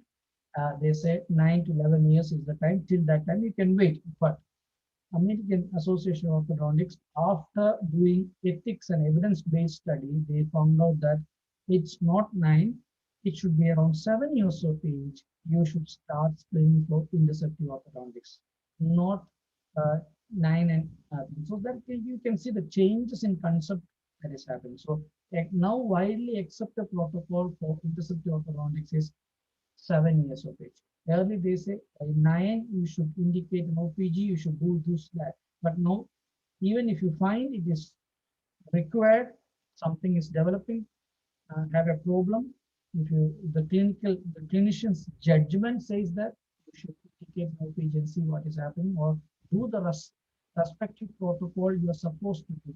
It can be an OPG, can be lateral surf, it can be a model analysis. Whatever protocol you feel it has to be done, to do it, so that you have to start intercepting it and find out what is happening there.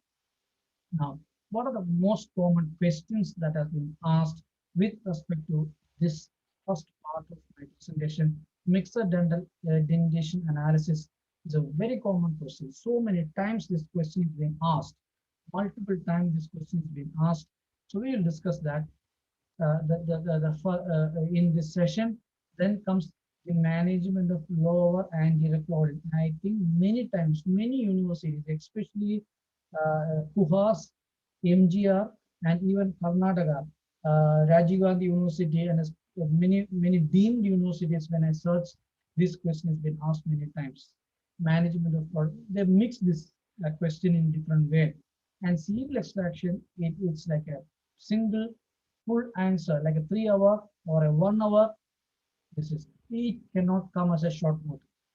That is one guaranteed thing, let me tell you. Cerebral extraction can never come as a short note. It can come as a short essay, okay, but usually it can come as a 3 hour, because it's a vast topic that you have to be covered.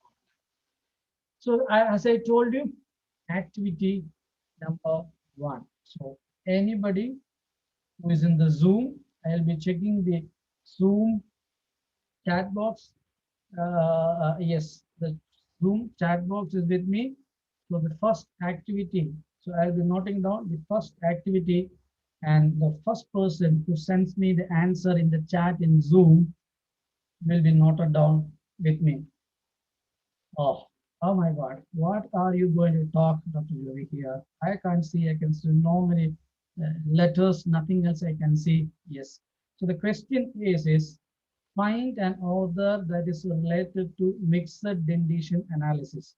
Quick, find an author which is related to mixed dentition analysis in this puzzle. Let me see who gives me the answer first here. I'm waiting for the answer. Find an, okay, I got the answer. So I'm going to announce the first person who got the answer here is the first person who told me the answer is Dr. Tina Stanley. Okay, Dr. Tina, you are the first person who told me the answer. It is Moyers there. Moyers, it is Moyers there. Great. So the first activity is won by Dr. Tina Stanley. Congratulations to Dr. Tina Stanley According to my chat box, the first answer I received is Dr. Tina Stani. Even I can trace the time that we spent. No, it can be a fraction of a second. Let's fight. Let's see the next activity and see what happens there. So do not get disheartened. There are another 4 more activity that is going to come like this. So be with your fingertips ready. So Dr. Tina, congratulations. So this is mixed deletion analysis. To talk about mixed deletion analysis, give me a daytime. One day, if you want me to talk mixed deletion, I can finish 3 mixed deletion analysis only in one day time. There are around 7 to 8 mixed deletion analysis which are practically applicable. So it's not possible for me to convey entire concept of mixed deletion analysis in this 1.5 hours time. But I have planned it such a way that if you are listening to me, do not miss these slides which I'm going to put. These are something that you can search, you can add on in your questions. You know, MOS mixed data analysis, which year it has come, you know the procedure, you know the limitations, everything you know. I am not going to question you about that. So mixed deletion analysis is a vast topic to be discussed. So what I'm going to do is a question about mixed deletion analysis is asked. You have to write a 3-hour paper of mixed deletion analysis in pediatric dentistry and its application in your clinical practice. This is the question. If it is asked, you can refer. It has been asked.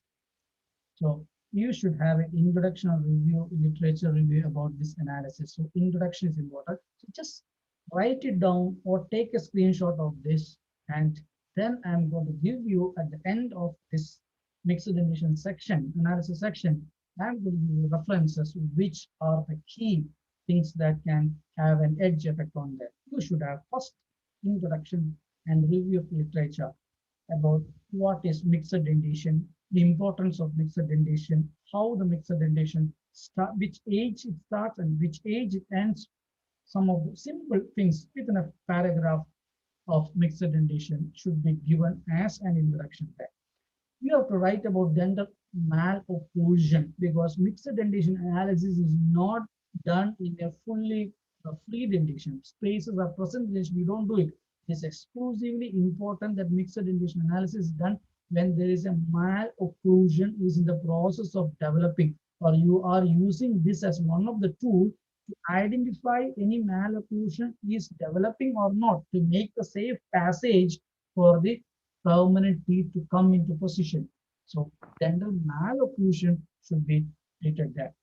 The period and importance, if you find that malocclusion, what time, which already told you, and the need of interception should be mentioned there. And okay, fine, there is a malocclusion developing, or you identify that. One of the tools which can give you the amount or the severity of that malocclusion which is developing is mixed dentition analysis. Many times we mistook it as a, like we know that numerological tens, 0.5 to 1 mm, 1 to 1 point, the numerological tens only we know about mixed dentition. No, mixed dentition analysis is have to be done. This gives a roadmap for you. One of the roadmap. This is not the final roadmap. Many people comes and tell, sir, my fixed dentition analysis shows me this much minus 5 mm discrepancy at the age of 7 years. Okay, fine. But there is something called growth is still happening for the child. Have you attributed that? Have you added on to your mixed dentition analysis at 7 years of age, 5 mm discrepancy? That doesn't mean that you have to do a rapid max expansion then and there. You have something called growth remaining. You have something, other factors are also there. That is why the importance of mixed dentition analysis is analyzing or getting at least a hint, a clue that, okay, something severe is developing. Let me find out on further investigations required there. This is not the final investigation to be done or the final tool for determination of the treatment. This is just the initial or the first tool which can tell you that there is further investigation required to come to a diagnosis there. And that's why the need for mixed dentition analysis This is what I explained. The need, why you need mixed deletion analysis to be done. Then classification of mixed deletion analysis. Yes, there is a classification called radiographic methodology, like Nance analysis and Fukaba are purely radiographic analysis are there, and non-radiographic analysis are there, and combined analysis. Like your Moyes is not radiographic. Tanaka Jones is you don't need to require because of non-radiographic analysis, and then comes combination, past and radiograph, both together, like Hickson Hall-Father and revised Hickson Hall-Father, which is considered to be the best mixed. This it's a neat question. The best mixed, or the most accurate mixed deletion analysis is the revised Hickson and Hall-Father method, which has been revised by Stakely and Kerber in 1980. That is according to us. Now, if you want some extra marks, some extra attention of an evaluator, then there are some other methods for mixed deletion analysis to be added. Like Boston University approach by Gainey. This is an additional thing, and you have to read more about it. Total space analysis by Levin Merrifield. Iowa prediction method for both artists by Bishara. Schwartz mixed deletion analysis. Ackman's method 1986. Tungman's method. If you want to read more about it, just read one article which I've shown you. Take a screenshot of this. 3 mixed deletion analysis, which is not being discussed in your conventional periodic chapters of textbooks. You will get 3 mixed deletion analysis. At least you add these 3, you will get additional points. Just mention the terminology of the authors and additional methods of mixed deletion analysis, which has been done. You will get some additional points. That I told you it's not a topic to be discussed in it, but I'm giving you the right ways that you can improvise your answers by incorporating Boston University total space analysis, Iowa growth prediction. It can come as a short note also, because it's very important by Bishara. And Schwartz mixer, Backman's and Shankman's method are other newer methods or other mixed deletion analysis apart from anything that we can see in our conventional textbook there. Now, once you have written that, you have classified it. Now, what is the advantage between you have to write critically? Now, this is time to critically analyze a mixed deletion analysis. You have to tell them the radiographic method versus non-radiographic or equation method. What are the differences? Errors. What is the percentage of errors in radiographic, and what is the percentage of errors in non-radiographic method, and what could be the best method? And in radiographic, there are some advantage, some disadvantage. In non-radiographic, there are some advantage which is easily patient compatible because you don't have to take a radiograph. So it's easily patient compatible, but there are some errors. So all those things should be discussed in the next session. And mixed deletion analysis, you tell the terminology as a mixed deletion analysis, but it is done in different parts of the world. I'm doing mixed deletion analysis in Kerala, in Ernakulam, if I'm doing it, but there is somebody who's doing the same mixed deletion analysis in Kolkata, in Delhi, in Malaysia. It can be done in Japan. It can be done in US. It can be done in South Africa. Do you think the tooth size is same for everybody? So the racial and ethical differences and the additions and deletions for each mixed deletion analysis, that should be a catchy thing that you can put there. The gender difference, male-female difference, even though ethical and racial is forgotten about, males and females, the tooth size is different. It's not the Moyes mixed deletion analysis. You do it for male, you do it more female. No, there's a difference for male and female. That difference should be followed. And combination of group of teeth that we use. Suppose if you say Tanaka Johnson analysis, you use lower for anteriors, right? But there are analysis which doesn't use the lower four anteriors because of the limitation of the lower four anteriors. They use the primary canine and the second molar and the premolar. Second primary molar and the premolar and the canine, primary canine is being used. So there are so many combinations of number of teeth are also used for mixed dentition analysis. You should mention in your answer there. Now, Indian studies. Finally, if I'm an examiner evaluating your paper, okay, fine, you have mentioned all those things. Let me see, have you quoted any studies done in Kerala? Because I am seeing Kuhas, I am seeing your paper. If you are attending from Maharashtra, your university, which study have you quoted? In Bombay, Nasik, any studies are there? Or Chennai, any studies related to my locality is there? That is post-graduation. That is the updation that you can give. Have you quoted it there or not? I will be very pleased to see that if you put a study in Kerala, anywhere in my locality, university where you are, this is where you are going to practice. So that much updated you are. Whether any studies related to that is present or not, I will definitely look into that, and I might give you additional mark if you have noted down that, and give a conclusion of that answer. Finally, mixed deletion analysis and concluding is that is very important. Your views about what is critically analyzing and do. So 1 3 hour question paper I have discussed here, and this is a very commonly asked question. I know I did not go into detail about each thing, that's not possible, but I have given you a blueprint. This is how you write mixed deletion analysis in your 3 hour paper.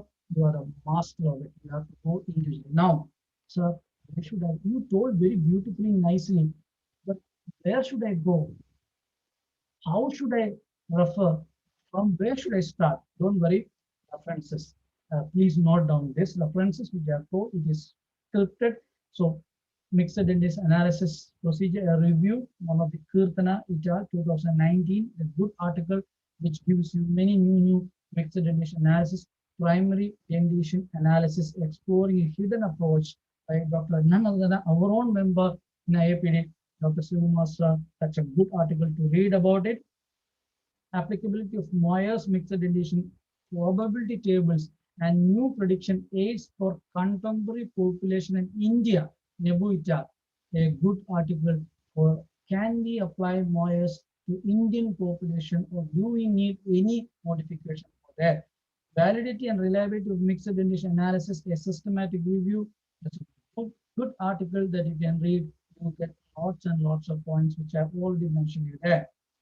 And textbook wise, chapter 1, moderate non-skeletal problem in pre-adolescent children, preventive receptive treatment in family practice, undergoing orthodontics, William Profit, a good chapter, you must read about it. Chapter 12, tooth size arch length analysis by Robert Staley in Bishara, a must. Here you will get Iowa growth study, because he used that Iowa growth study for the mixed deletion analysis. So you will get that Iowa study for this here. Handbook of Orthodontics by Robert E. Moyers. You know Moyers mixed deletion analysis. This is the textbook that you should. So I have given you textbook. I have given you the articles, both clubbed together. I told you how you write a 3-hour paper for manage or mixed dentition analysis and clinical implication pediatric dentistry or management of crowding. I'll talk about that coming session in pediatric dentistry can be done there. Yes, talking about the devil itself has come. Crowding, one of the toughest topic to be discussed in a rapid review. But I told you I'm not going to clinically make you come to me. You ask me, I will tell you how to be done. That is an entirely different perspective.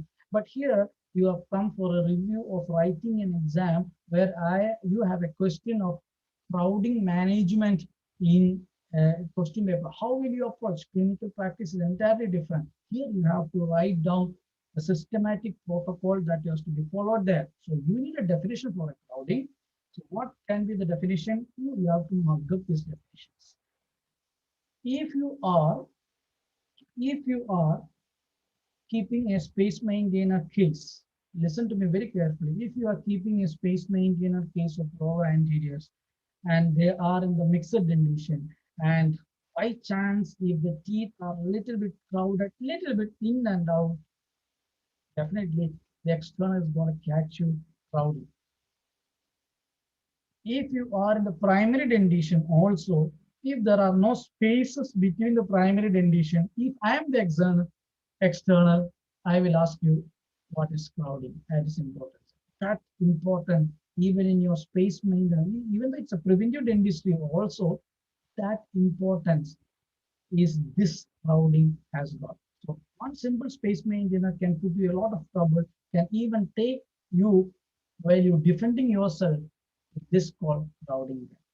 This external knows that, okay, this is non-space dentition can have crowding. Already crowding present, it can have prediction of crowding there. This is what, as a postgraduate, you should be. And that is why if you read this definition, it's a faulty mesodistal. So any faulty mesodistal relationship between the teeth size and arch perimeter, it is crowding. So you should know what is a normal relationship between the tooth size and the arch. So in a primary dentition, the normal relationship is spacing. In a primary dentition, the normal relationship tooth size and arch is called spacer, should be the primate space, physiological way. That's a normal relationship. If that is not there, already crowding is there. In a mixed dentition, again, there should be properly aligned. If there is a discrepancy, crowding is developing. The external knows that. The observer knows that. And he will ask you about crowding. So this is very important there. Richardson's definition of crowding there. Now, type of crowding. Like what? Can you have a type of crowding? Yes. Crowding can be categorized into different types. This is something which I have not seen in a textbook there. Crowding can be of primary crowding, which refers to tooth size and arch size is pure. That tooth size is bigger, arch size is smaller.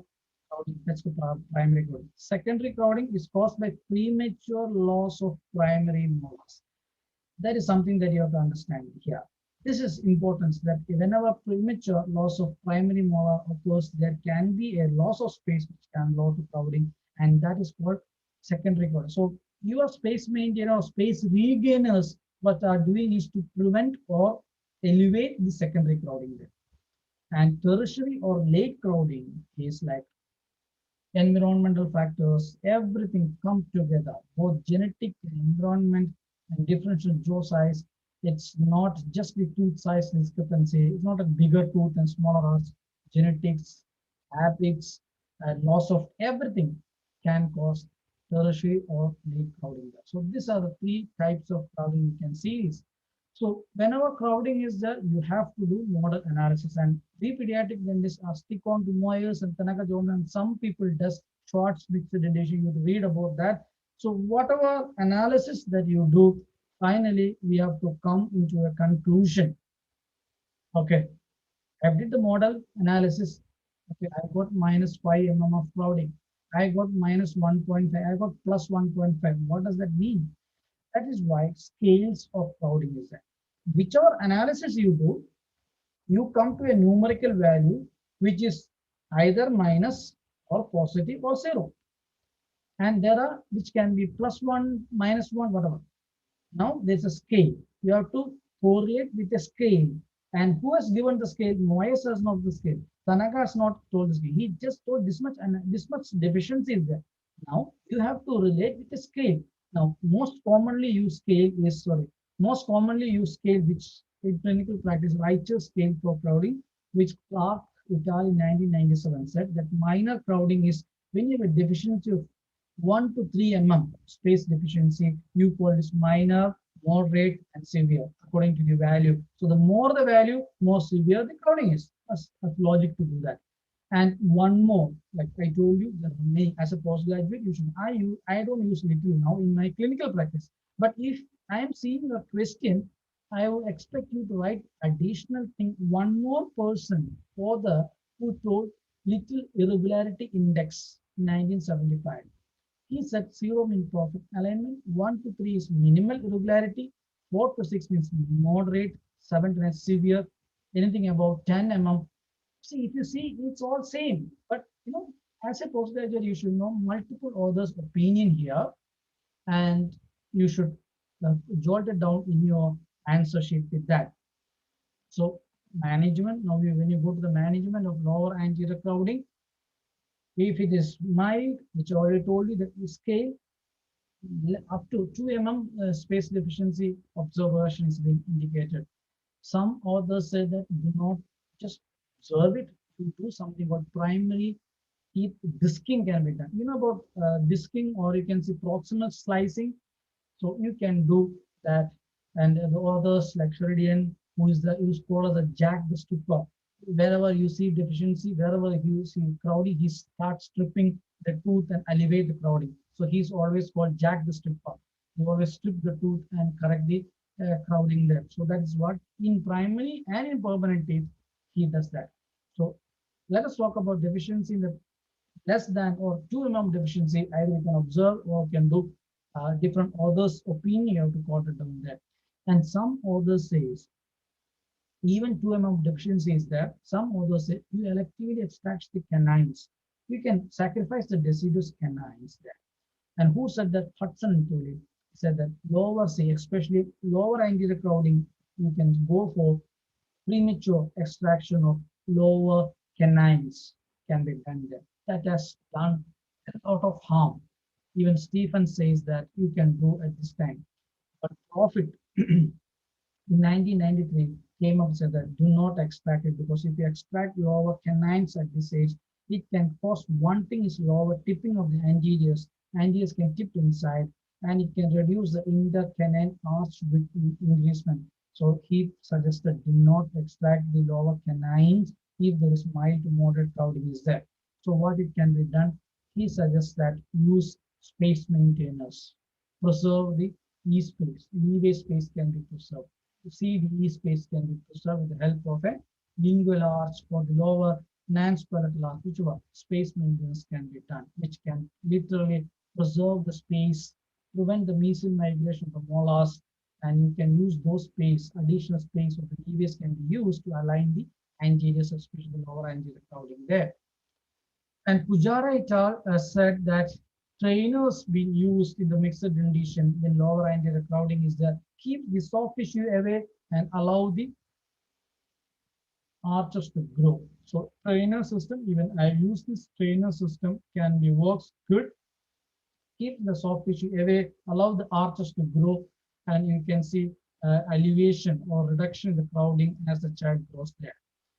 And Ward Frankel in 2016 has said that use of functional regulator FR1B, please note that functional regulator 1B can be used to elevate crowding, and this is a classic example of using an FR1B is being done, and you can use crowding elevation can be done. You can see the lower anterior crowding, lateral incisor or crowding is being elevated with the help of an FR1B with myo exercises can be done. And Wilkinson, as you all know, 1940s said selective extraction of 6. If crowding is so severe, you go for extraction of 6 can be done, because it's not followed now. Even elective extraction of second molars by Richardson, not followed now. You can note down this, but use of lip bumpers by Little RM in 1990 say that we can regain smaller spaces of 2 to 3 mm can be easily regained with the use of the lip bumpers, which disguise the molar 2 mm both sides can be easily regained with the help of lip bumpers. So again, lip bumpers can also elevate lower anterior crowding there. Finally, you can go for expansion of the arch, slow or rapid maxillary expansion if crowding is there. You can do that, and these are the authors: Kingsley, Baddock, Cozart, Nord, and Hertz have done their all appliances. These are the references we would like to see in your thing. Kingsley's appliance, Baddock, Cozart, and Nord, all Hertz appliance, all the appliances which are to be seen to be good can use slow or maxillary. Shorts appliances, use simple, slow maxillary, mandibular, and maxillary appliances can be done. And lower arch, McNamara says that you can do even lower arch expansion at an early age mixed dentition. Firstone in 1993 said that yes, lower anterior, some amount of expansion can be done in a mixed dentition. If not, you go for orthopedic, severe kind of space discrepancy, you go for orthopedic expansion, and all you know, rapid maxillary expansion, split open the maxilla. True skeletal expansion is also a methodology to elevate crowding. where you expand the maxilla with heavy forces of 110 to 20 pounds or 200 to 300 newtons. And 1 month the expansion is done. For rapid maxilla expansion, it can be bonded, banded, all those things, you know. So these are the methodologies where you can do expansion to elevate crowding there. Yes, activity number 2. Oh, those people who are sleeping, it's almost towards 9 o'clock. I can understand you'll be hungry. Do not worry. Let's have this activity and let's take a break there. So activity number 2. So I have got one person in the chat box, this last activity. Let's get the second person there. Find the person who coined incisor liability in this one. Okay. Find the person who coined incisor liability in this one. Let me see the chat box there. Let me see the chat box there. First person who answered there. Find the person who has done incisor liability there. Okay. Tell me the full name, Dr. Sangeeta. Tell me the full name of that person. The full name is given there. Full name of that person is given there. Look into very closely. The full name of that person is given there. Ah, Dr. Rakhi. Dr. Rakhi, you are the first person who answered that. Dr. Rakhi, PF. I don't know what is PF. Dr. Rakhi, you are the first person answer. It is Warren Main. Great, great. That means you are not sleeping at least. Okay, so that answer to this is Warren Main. Warren Main. I told you the full person's answer is the Warren Main.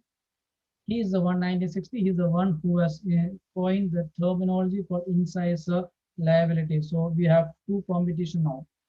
Now wait for the next one. Serial extraction. With this, give me 5 to 10 minutes. Then we'll take a 5 minutes break and we'll come back and wait for the third activity question there. So it should be discussed along with serial extraction. It's a huge topic. Again, 3-hour paper, 3-hour question, serial extraction. So Dr. Joby, how are you going to explain this serial extraction in 10 minutes? Let's see how I'm going to. I told you each slide which I'm going to put, write it down, note it down. It's like how you approach the answer to serial extraction. And rapid review means I cannot teach you here. I can just tell you where to refer, how to formulate that answer and make the best answer. It's in your hand. So serial extraction, definitely a question of like a huge 3-hour paper question should have an introduction. We should tell about the history of serial extraction, definition of serial extraction, why we should use serial extraction, indications, contraindications, procedural diagnostic, the decision making for serial extraction. All these things, Dr. Joby, I know that stages in serial extraction, everything, alternative methods to serial extraction. Yes, I know that. Everybody know. Advantage, I know, Dr. Joby, disadvantage, problems, everything I know. But appliances used with serial extraction. What appliances you are supposed to use if when you start with serial extraction? Does you require any appliances? That's a catch. That's I have not seen anybody writing in that. And lastly, nobody writes about controversies with serial extraction. There are 8 controversies with serial extraction. Till now, I have not seen any of a pediatric dentist answer paper controversies with serial extraction. 8 controversies are there. I have not seen till now that. So this is going to be your catchy things. Appliances used with serial extraction, controversies. Rest everything, blah, blah, blah. You know, you read, you get. I have not seen in any textbooks where these 2 points have been done there. So that is what methods well define serial extraction. I'm not going into the definition of that. You can talk about the entire definition by Joel in 1969. So if you talk about this definition, read about this definition, it will be very nice. Even profit definition, which is very simple. And American Association of Orthodontics, this is the latest accepted definition even among the orthodontists. A program of selective or guided extraction of primary teeth and sometimes permanent teeth over a period of time, with the objective of relieving crowding and facilitate the eruption of remaining teeth into proper position AAO 2012. This definition is the key because that's the modification that has been applied to seed extraction, that you do not remove all the teeth. Primary teeth will be removed. Permanent teeth you may or may not remove depending upon the treatment protocol. That is why appliances are being used. See, old concept is like you start seed extraction CD4, C4D or whatever protocol you follow. No appliance is being done because you are already removing all the 4 premolars and you assume that crowding is corrected. Now the concept is that you start seed extraction, you know that crowding is severe, hereditary, whatever it is, but you expand or you use some appliances along with this. You never know that the growth has potentially taken place correctly. Your expansion worked well. The patient might end up in a borderline condition where patient says that no, or even a proximal stripping would enable you to correct the case. That is why they have modified the definition to say that sometimes you might have to require permanent. Even in our clinical practice, we say the patient that this is what it can happen, and 13 and 14 years we evaluate again, and if we require to remove, we will remove. Otherwise, we. That's how the importance of this AO definition in 2012. Now, if you are planning for seal extraction, space analysis for seal extraction, oh my God, space analysis, I'm doing Moyers, I'm doing Tanaka Johnson, I'm doing Schwartz. No, none of the space analysis which are being told. That is why one question has been asked in one university, space analysis for seal extraction. Everybody wrote Moyers mixed dentition analysis, Tanaka Johnson, blah, blah, blah. No, that is not for seal extraction because we have learned from Balaji textbook. If the space deficiency is more than 10 mm, you might have to go for extraction, and serial extraction, you correlate that and say that seal extraction is required. 7 years of age, 10 mm discrepancy, growth is still remaining. How do you know the facial form of the child? How do you know the skeletal pattern of the child? Nothing, you know, now itself you are giving signature that this child requires seal extraction? No. That is why space analysis for seal extraction is separate. It is not your Moyers and Tanaka Johnson. If you're right, if I am the examiner, I will put a big +0 I will put for you. No, there is separate analysis for this. Because conventional analysis is not for serial extraction, which is a separate branch and entity there. You need something of facial oriented analysis. We have to take into consideration the growth. Does Moyers mixed dentition analysis take in the growth of the arches?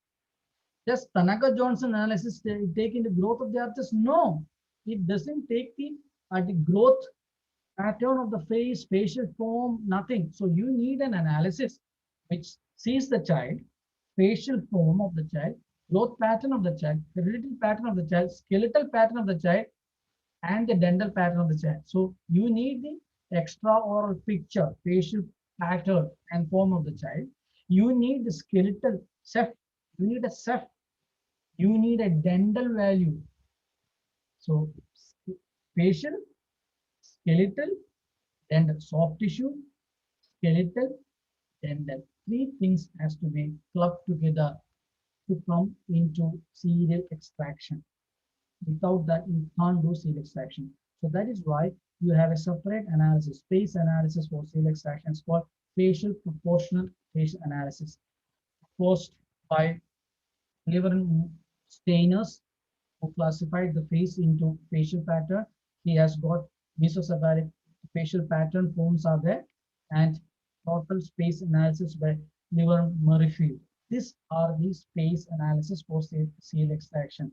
That's a soft tissue or facial pattern analysis. This is a soft tissue analysis. Okay, this is soft tissue analysis and tooth analysis. So you know the tooth size analysis by total space analysis, and you have the facial form, soft tissue analysis there. But what is missing now?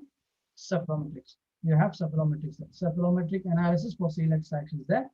Steiner's analysis, you know, Steiner's analysis, cephalometric analysis, and Tweed's analysis. These are the 2 skeletal analysis you do before starting seal extraction. So can you see how much complicated? It's very simple, guys. You need a soft tissue analysis, you need a tooth analysis, you need a skeletal analysis. For soft tissue, I told you, for skeletal, you have Steiner's and Tweed's analysis are there. So once you get that, you can start the procedure for seal extraction. But some of the authors' name you cannot miss in your answers. Please, these are the authors' name you cannot miss. And because they have proposed so many methodologies, all these people have proposed some methodology, some mild different variation of doing seal extraction there. These are the key studies you should have in your answer sheet there. Now, decision making for seal extraction. Okay, fine. We have done the analysis. Now, how will I start decision making for seal extraction?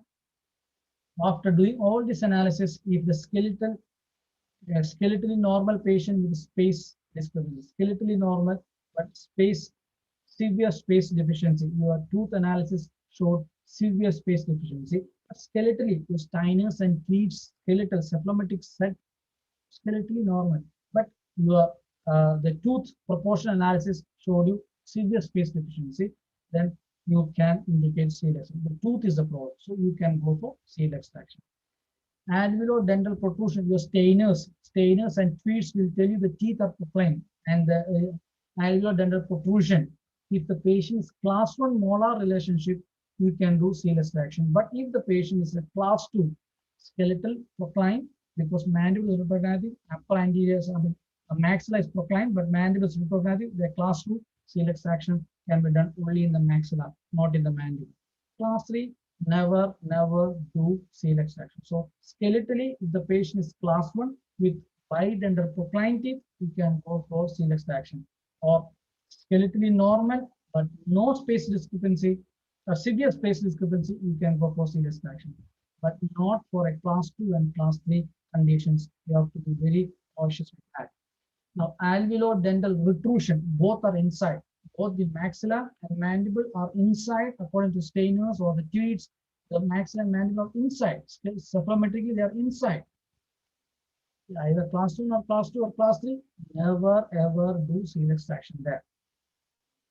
Now, skeletal prognathism. Skeletally, both are out. I already told you, class 1 with maxillomandibular, both are out. You can do seal extraction there. Class 2 with maxillary prognathism, you never do seal extraction there.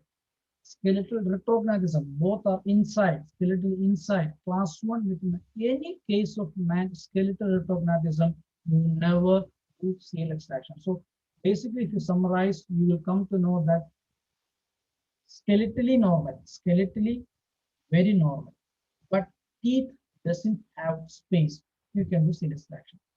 Skeletally, both are out. Skeletally prognathism, but class 1 molar relationship and no space, you can go for seal extraction.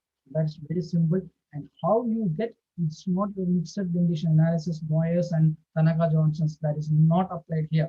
You need this soft tissue analysis, tooth analysis, and the skeletal value has to be done there. So that is now method used, so many methods are being, I'm not going into the details of this methods. You can write down, I already gave you, these are the studies and the authors and methodologies that has been done, has to be done there. Now, so which article should I do? Frederick Norman, please try to get, it's a very old article, but the concepts are very clear. If you want to know the basics of seal extraction, please read this article. It's an amazing article if you want to know about seal extraction. And the beautiful description of planning of seal extraction is there. And I told you controversies which none of the postgraduates write there.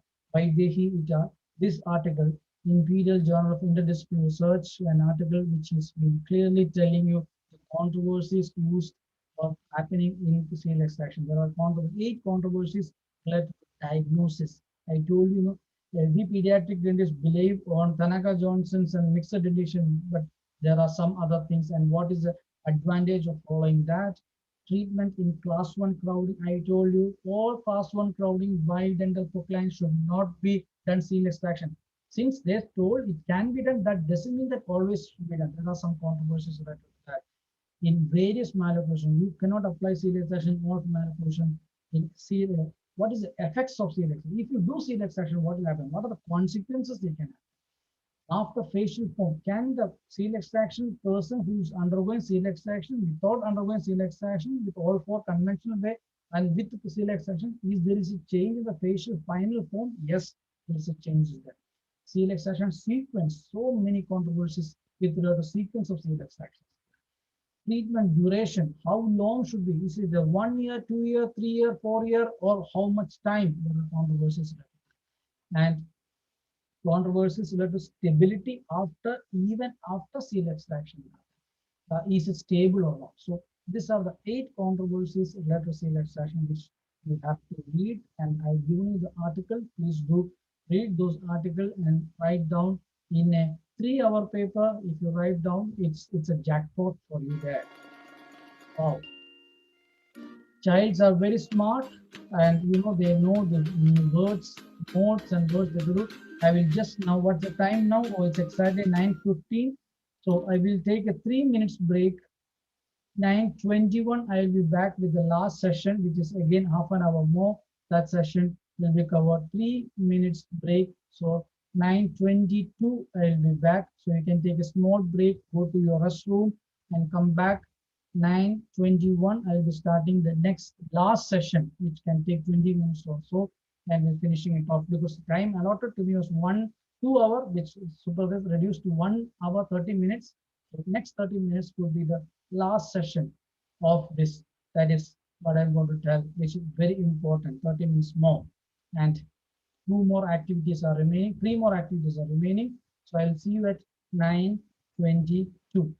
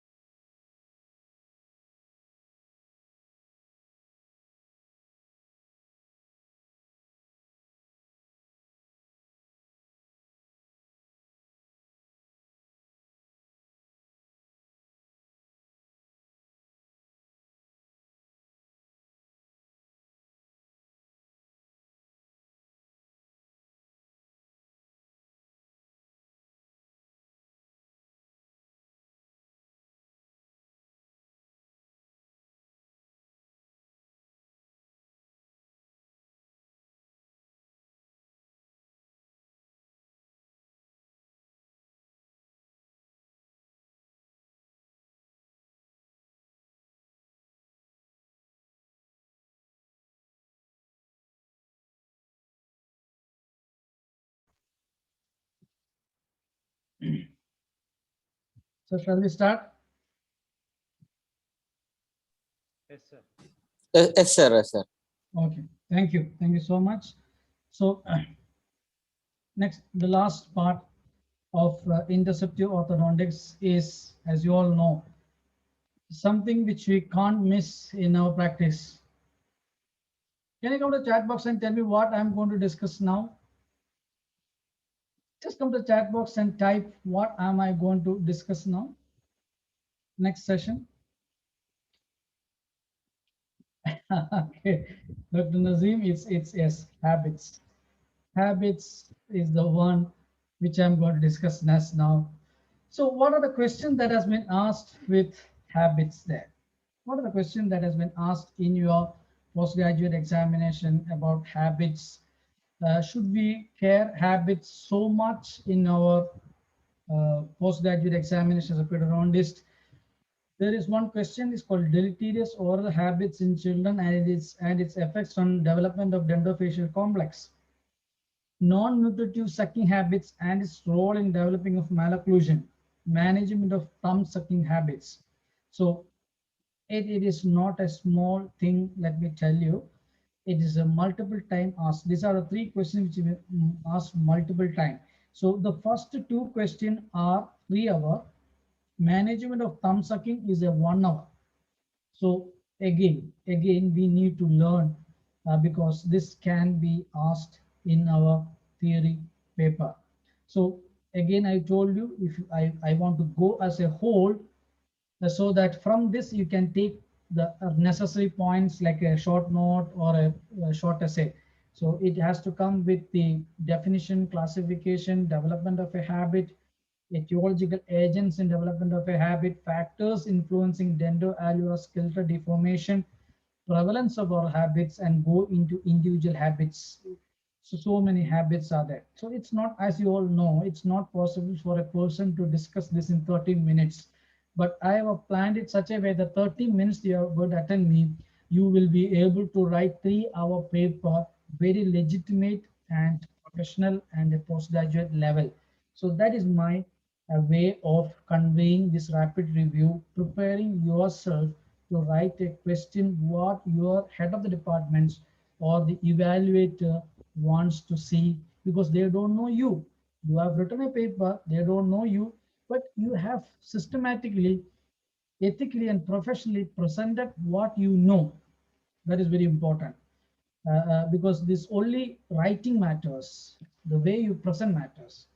So habit is one thing which is a matter to be discussed not in half an hour. Even if you remove H, a bit will remain in habit. If you remove A, what happens? A bit will remain there. So that is the problem with this guy. Now, if I remove B also, it remains. Always know that it remains. Now, what Dr. Sharath told in the first session is applicable here. It remains no matter whatever you do it. It persists, it prevails, or it remains there. That's the problem with that. So appliance therapy or whatever is not very important for habits. What Dr. Sharath said, psychological approach, and only a pedodontist can understand that. To erase that it, you need to understand the psychological status of the child, how the habit developed there. So it remains there. So that is habit is there. So one of the best quote you can put in your introductory section if an habit is been asked is Beer and Luster's quote in 1987. What they said is, mouth is the primary and permanent location of expression of emotion and even is a source of relief in passion, anxiety in both children and adults. Stimulation of this region with tongue, finger, nail, or even cigarette is a palliative action. If you, I am 100% sure that 90% of the people who read this quote did not understand. But tomorrow, read it multiple times. You will understand that if I am smoking a cigarette, I am this much age, if I am smoking, it is not the smoking which helps or I want to do. It's the way that I hold the cigarette, the way that I keep the cigarette on my orofacial region gives me a comfort, confidence, passion, urge. It's not the tobacco only. It's the way I hold the cigarette. Keep on them. So it's a palliative action. Palliative. It's like caring, satisfying, comforting me.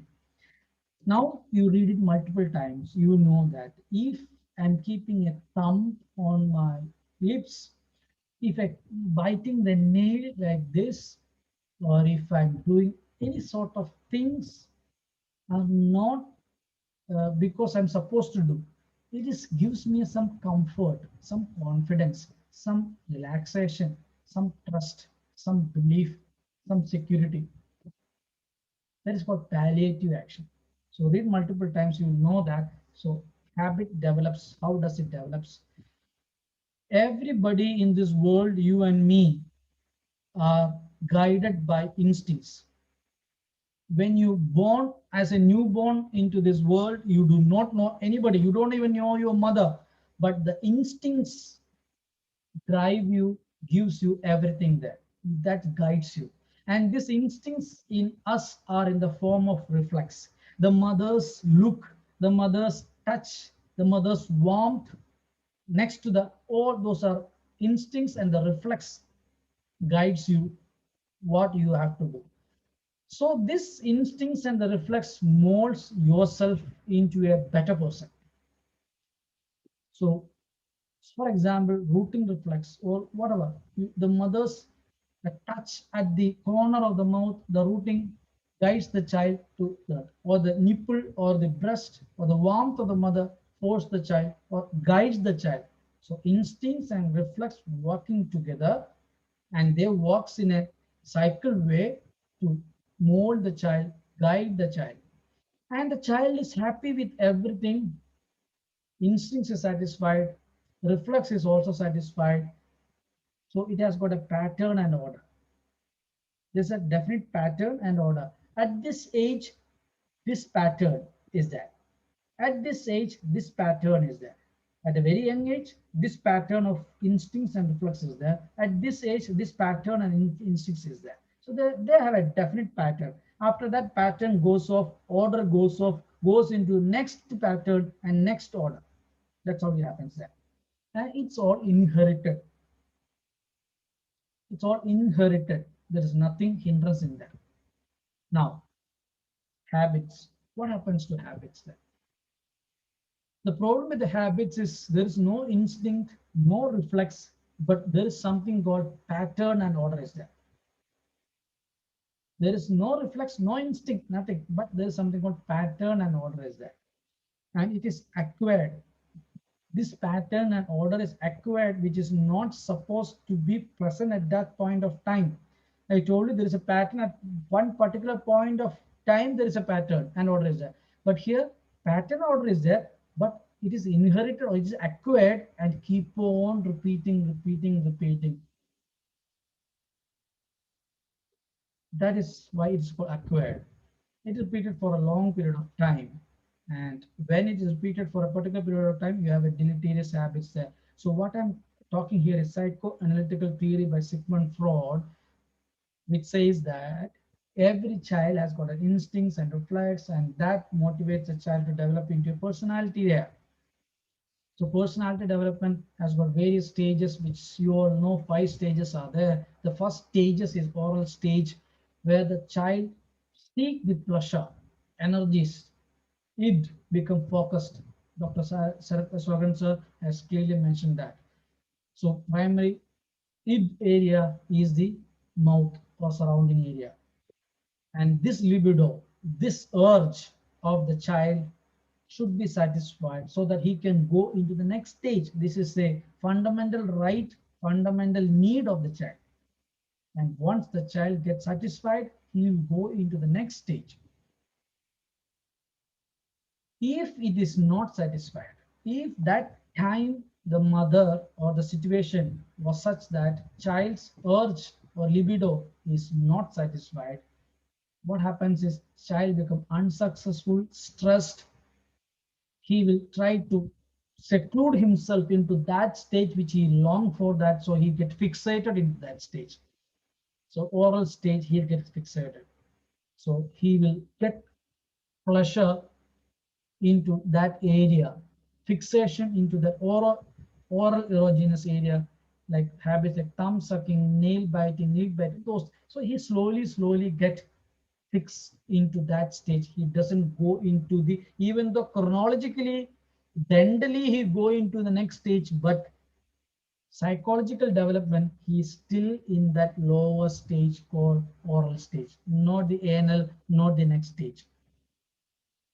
Now, that is understood the development of the habit. Now, how habits affects the facial development. You can see a picture here is a stack of cards. This stack of cards are stable if you keep it inside for any number of times. That is the Newton's law. Anything, any body remains at rest or motion until it is acted upon by an unbalanced force. That means this stack of cards is permanently, if you keep it undisturbed, it will stay at that point any number of time, any number of years. Nothing can move that because they are in equilibrium. Nobody is there to touch it.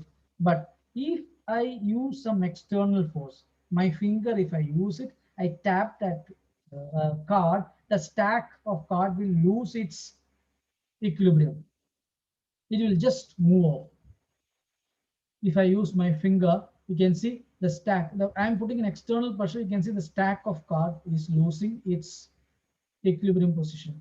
That external force, which is acting outside, is the habits. It can be thumb sucking, tongue thrusting, mouth breathing, lip biting, nail biting, whatever it is. It's an external apparatus that is happening onto the dentition. What is the dentition? The upper arch, the lower arch, the tooth. This external force is acting, and once it acts for certain period of time, what happens? It loses its that equilibrium and loses its position, and it gets disoriented there. So habits and its role in developing malocclusion. This was a question which I have already used. Dento-alveolar structure is always at the neutral zone.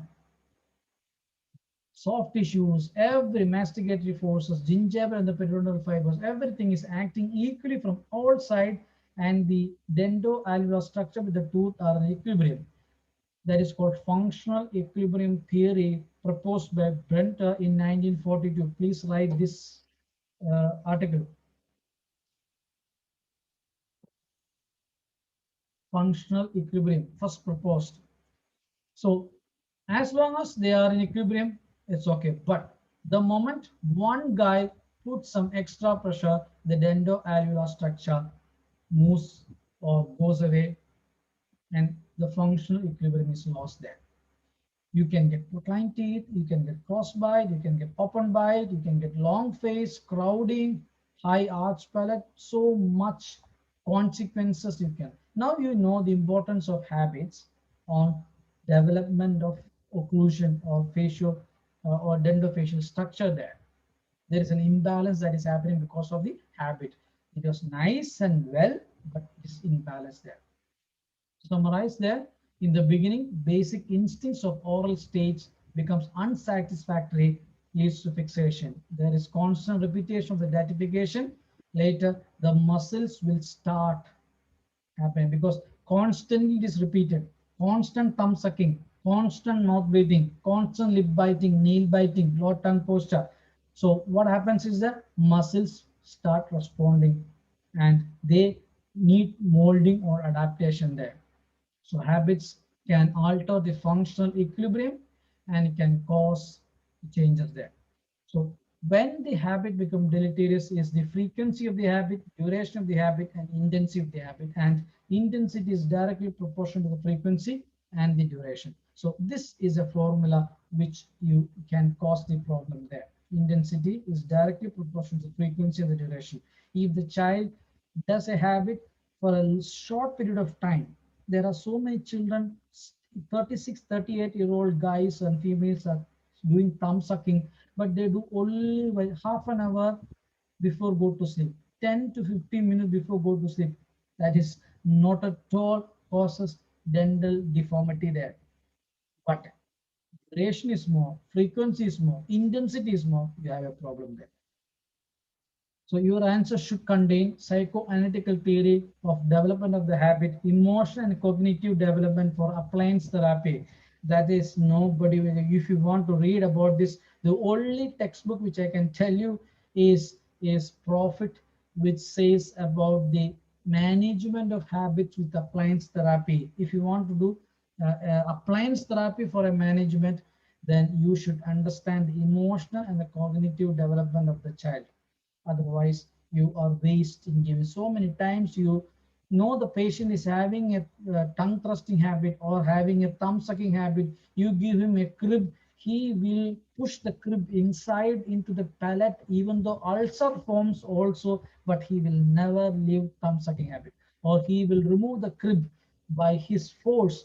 And every month you can see you refix the crib, and parents get fed up, you get fed up, you need go for next mode, nothing can be done.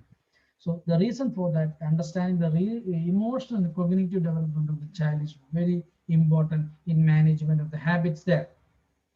Your answer should contain the importance of equilibrium for stability by Dr. Angle in his textbook, Treatment of Malocclusion for Teeth, where he mentioned about the equilibrium is required, maintain the equilibrium there. And growth and development by functional metrics, that growth forms the function and function forms the growth, which is again explained by genetics, epigenetics, and causation of malocclusion, where the local factors, not the genetics alone, can cause malocclusion, by Dr. Melvin Moss should be there. And Thomas M. Graver's 3M concept, please read on to that by AJO 1963, Muscles, Malformation and Malocclusion by Thomas M. Graver, an amazing article, especially mentioned about habits and soft tissue and its role in development of malocclusion there. So coming to prevalence of habits in India, there are so many. One of the studies you cannot forget is Carbondas 2003 study about the malocclusion there.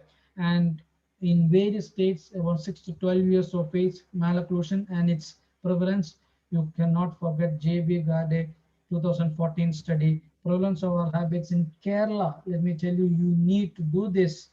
Anila et al. 2018, where the prevalence of oral habits among 4 to 13-year-old children in central Kerala. So some studies which related to Kerala is also required there. And general consideration for habits, you have to ask these questions. Can I break this habit? Is it normal age to break the habit? Why did this child? Is there a psychological reason for this child to develop this habit? Is it harmful or potentially harmful? Is it non-harmful? Leave it. Is it harmful or causing harmful? It has to be intercepted there. Does harmful effects will reverse back itself at that point of time or not? Now, reasonable time. When should I start the habit or not? And how to break the habit? So all habits, you should ask these questions there. If you ask these questions and then formulate the treatment plan, that's how you go ahead with habit. So guys, activity number 3. Now 2 more activities left there. Activity number 3. There is a puzzle that is given. What is that? Find out 2 others. Just find out 2 others which are related to interceptive and preventive orthodontics. So if you can put 2 authors' name, not one author, 2 authors' name together it should be. You can't put one author and 2 authors which are pioneers in interceptive orthodontics. That person will get the 3rd question corrected there. Can you see that? 2 authors.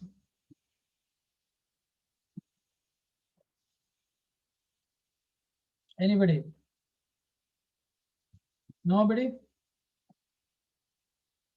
Nobody is there who can say 2 authors' name together? Nobody. I will give you 10 more seconds. After that, I will put the answer. So I said activity 3 is 0. I don't think so. Come on, come on. You can find out 2 authors which are very much related to interceptive orthodontics. Dr. Nazim Ayub. Oh, Dr. Tina. Dr. Tina, you said the answer. Dr. Tina, you said the answer. It is none other than ankle, Gerber and angle. Dr. Tina. Okay. So Dr. Tina Stanley is the right winner of the third question. She has found out two other, which is ankle and Gerber. Okay. Somebody said Baum's name is not a Baume, is Baum, and Graeber. Okay. It is not. So let me tell you, she is the one who has done. Let's go. Gerber and ankle. Great. Now, look at this child. This child is breathing through the nose. So breathing through the nose is a normal habit or abnormal habit? Can I get a chat? Breathing through the nose. This child is breathing through the nose. Is a normal habit or abnormal habit? Can I get a chat on that? All of you, if nobody is sleeping, can I get a review on that? A child who breathes through the nose is a normal habit or abnormal habit? Okay. Okay. Normal habit. Great. So that is a normal habit. Great. Now look at this child. That's a useful habit or a normal habit because you need to survive that. What about this child? This child breathes through the mouth. Is an abnormal or unusual habit or a harmful habit? What do you say that? So definitely, if the child is breathing through the mouth, it is a harmful habit or abnormal habit it is. So you got a classification. William James in 1923 classified habits into useful habit and harmful habit. Useful habits are habits which are good for you, like breathing through the nose or tongue at the right posture and swallowing are useful habits.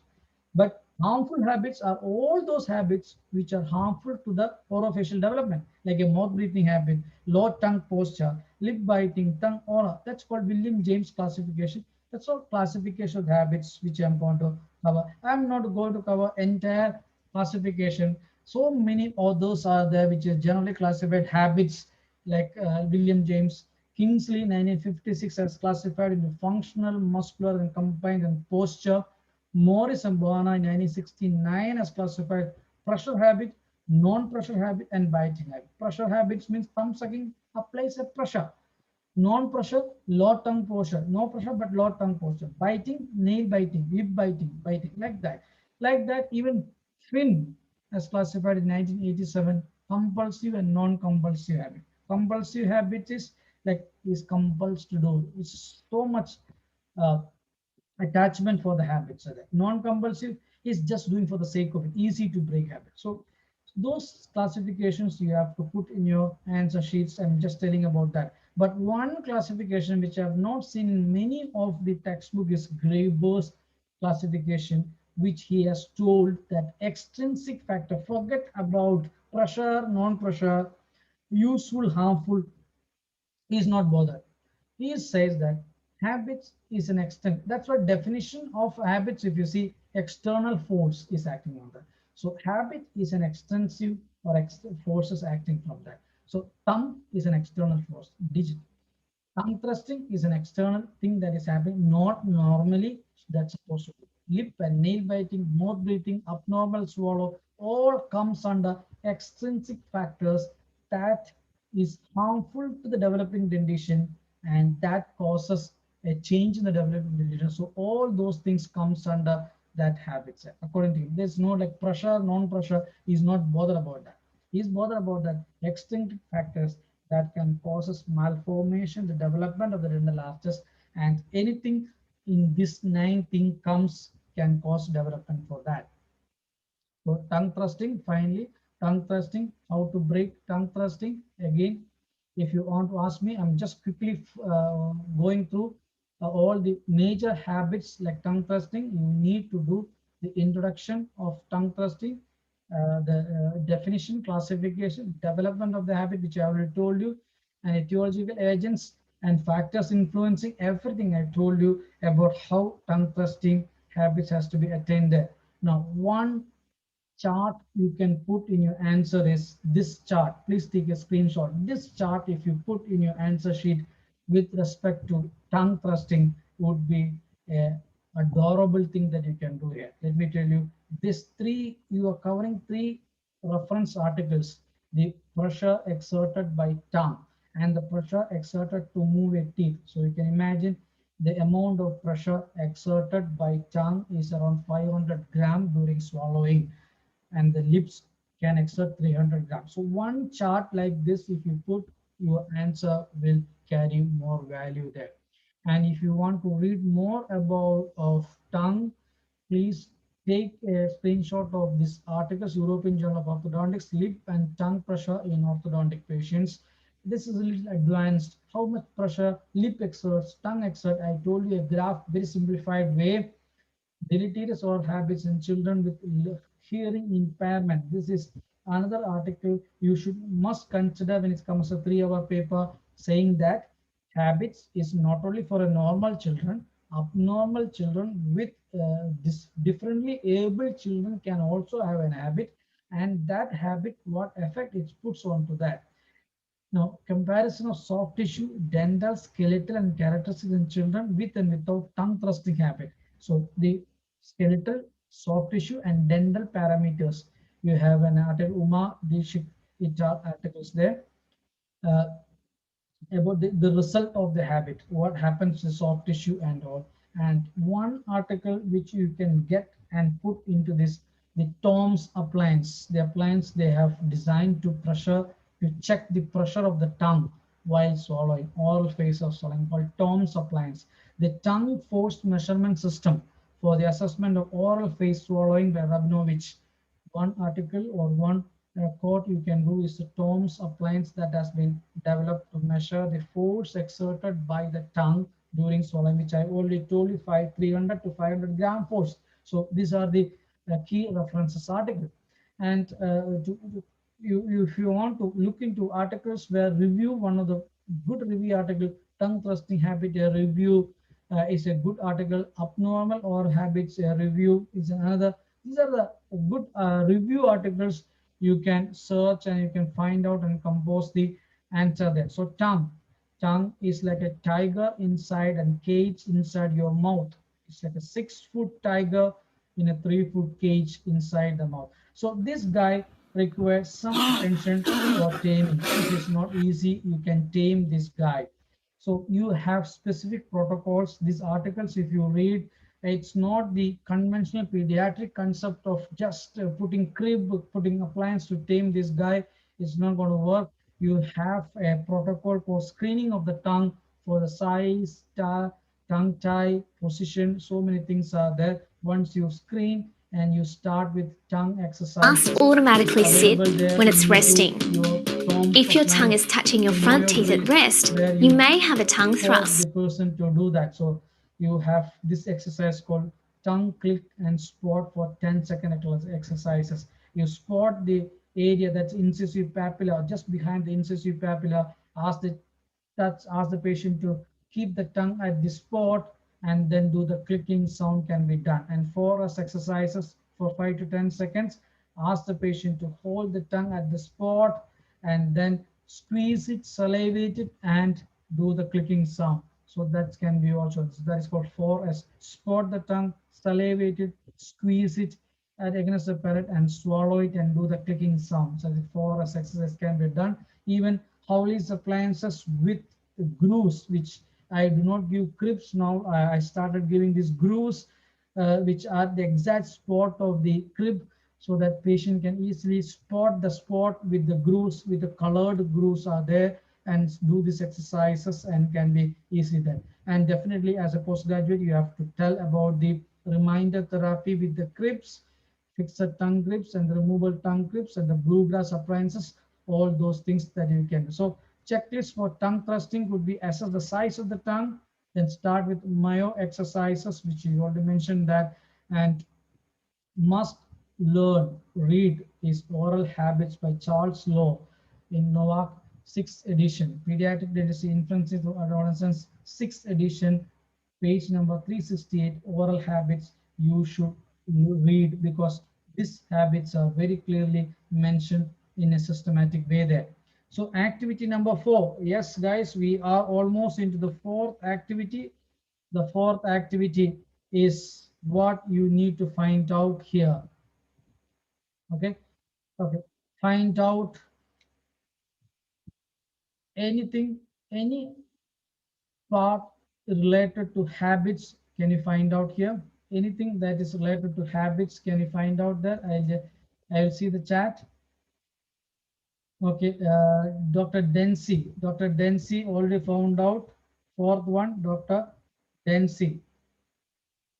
Dempsey has found out thumb. Fine, fine. This thumb is one that you found out that is related to habit there, thumb. So next habit is itself is the breaking of thumb sucking habit. Again, these habits, it comes under non-nutritive sucking habits classification. So whenever this habit, thumb sucking and its effects or pediatric dentistry, do not start with thumb sucking habit per se. Please put a note onto non-nutritive sucking habits.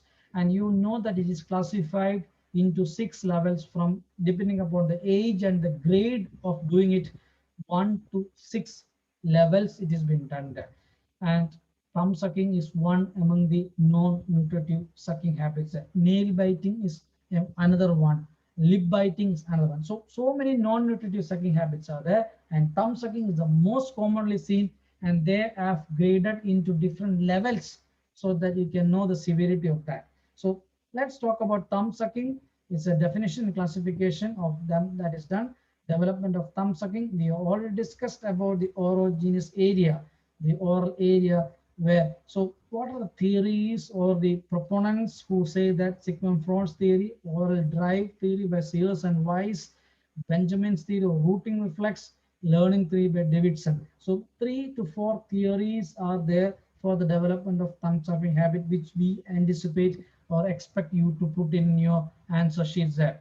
Effect of thumb sucking, definitely I have already discussed neutral zone and extraoral features and intraoral features and cephalometric features. Extraoral features of thumb sucker, intraoral features of high arch palate, procline teeth, cross bites, all those things, and cephalometric features. Cephalometrics, if you can see, anterior teeth are proclined, open bite is there, mandibular rotation, vertical growth, all those things comes in the cephalometric features. All those features has to be included there. Key studies with respect to thumb sucking is an electromyographic analysis of temporalis muscle. Now comes the action of the soft tissue muscle.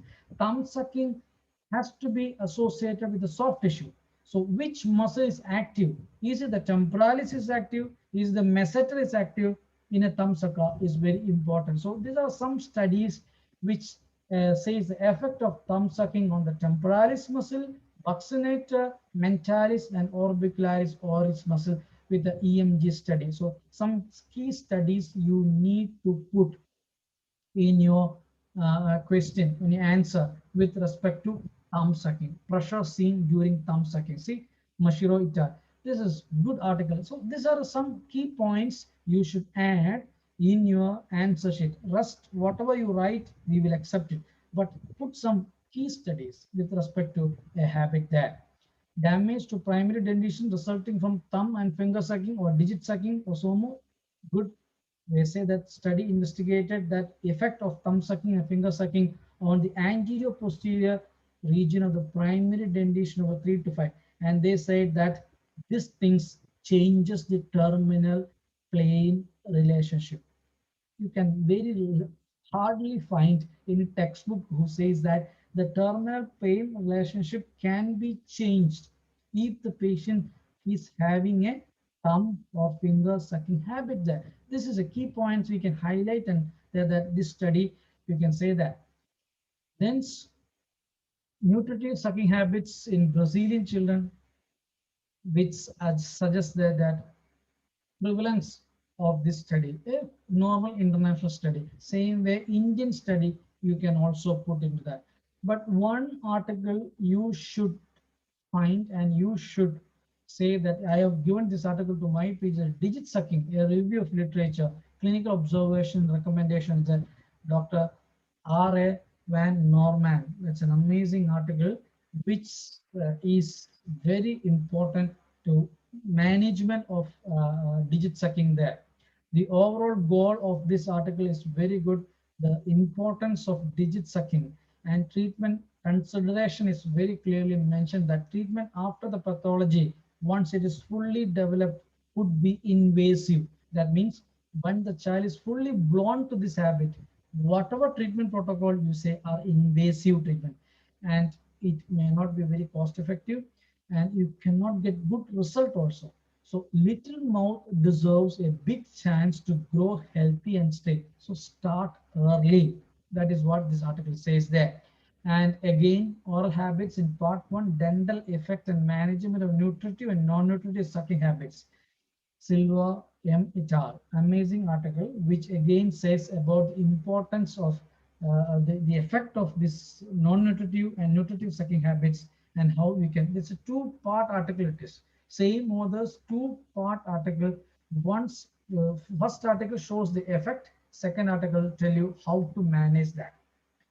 And evidence-based psychological treatment for pediatric body-focused repetitive behavior disorder. I am not surprised that in your next terminology, next your MDS examination, you might come up with one question, a bouncer, saying the pediatric body focused repetitive behavior disorder. It's called PBFRBP. You can ask as a short form like this, or it can come as a short essay like this: pediatric body focused repetitive behavior disorder. This article is very important about clinical child and adolescent psychology, the importance of repetitive behavior disorder, especially thumb sucking, thumb, nail biting, lip biting, all those things have been very clearly mentioned, and this behavior behind that. Again, I'm telling you, this can be one bouncers you can get. Evidence-based psychological treatment for pediatric body focused repetitive behavior disorder, and your habits related to facial, like thumb sucking, nail biting, comes under one of this disorder. So we are going into medical into that. And nutritive sucking behavior in preschool children, Warren, is a good article to read about NNS, non-nutritive sucking habits. Finally, to do that. And the last article which I can suggest you is nutritive and non-nutritive sucking habit, is an overall review by Jyoti Is and Pavana Lakshmi GP, a good article summarizing a review article. But all those which I mentioned are the pioneer articles which you can collect it and compromise it. And I told you the script that you have to do. This is in Dentistry 2014 and fourth issue there. So intervention of thumb sucking psychological, which all this article which I have told you have clearly mentioned step-by-step protocol to do that.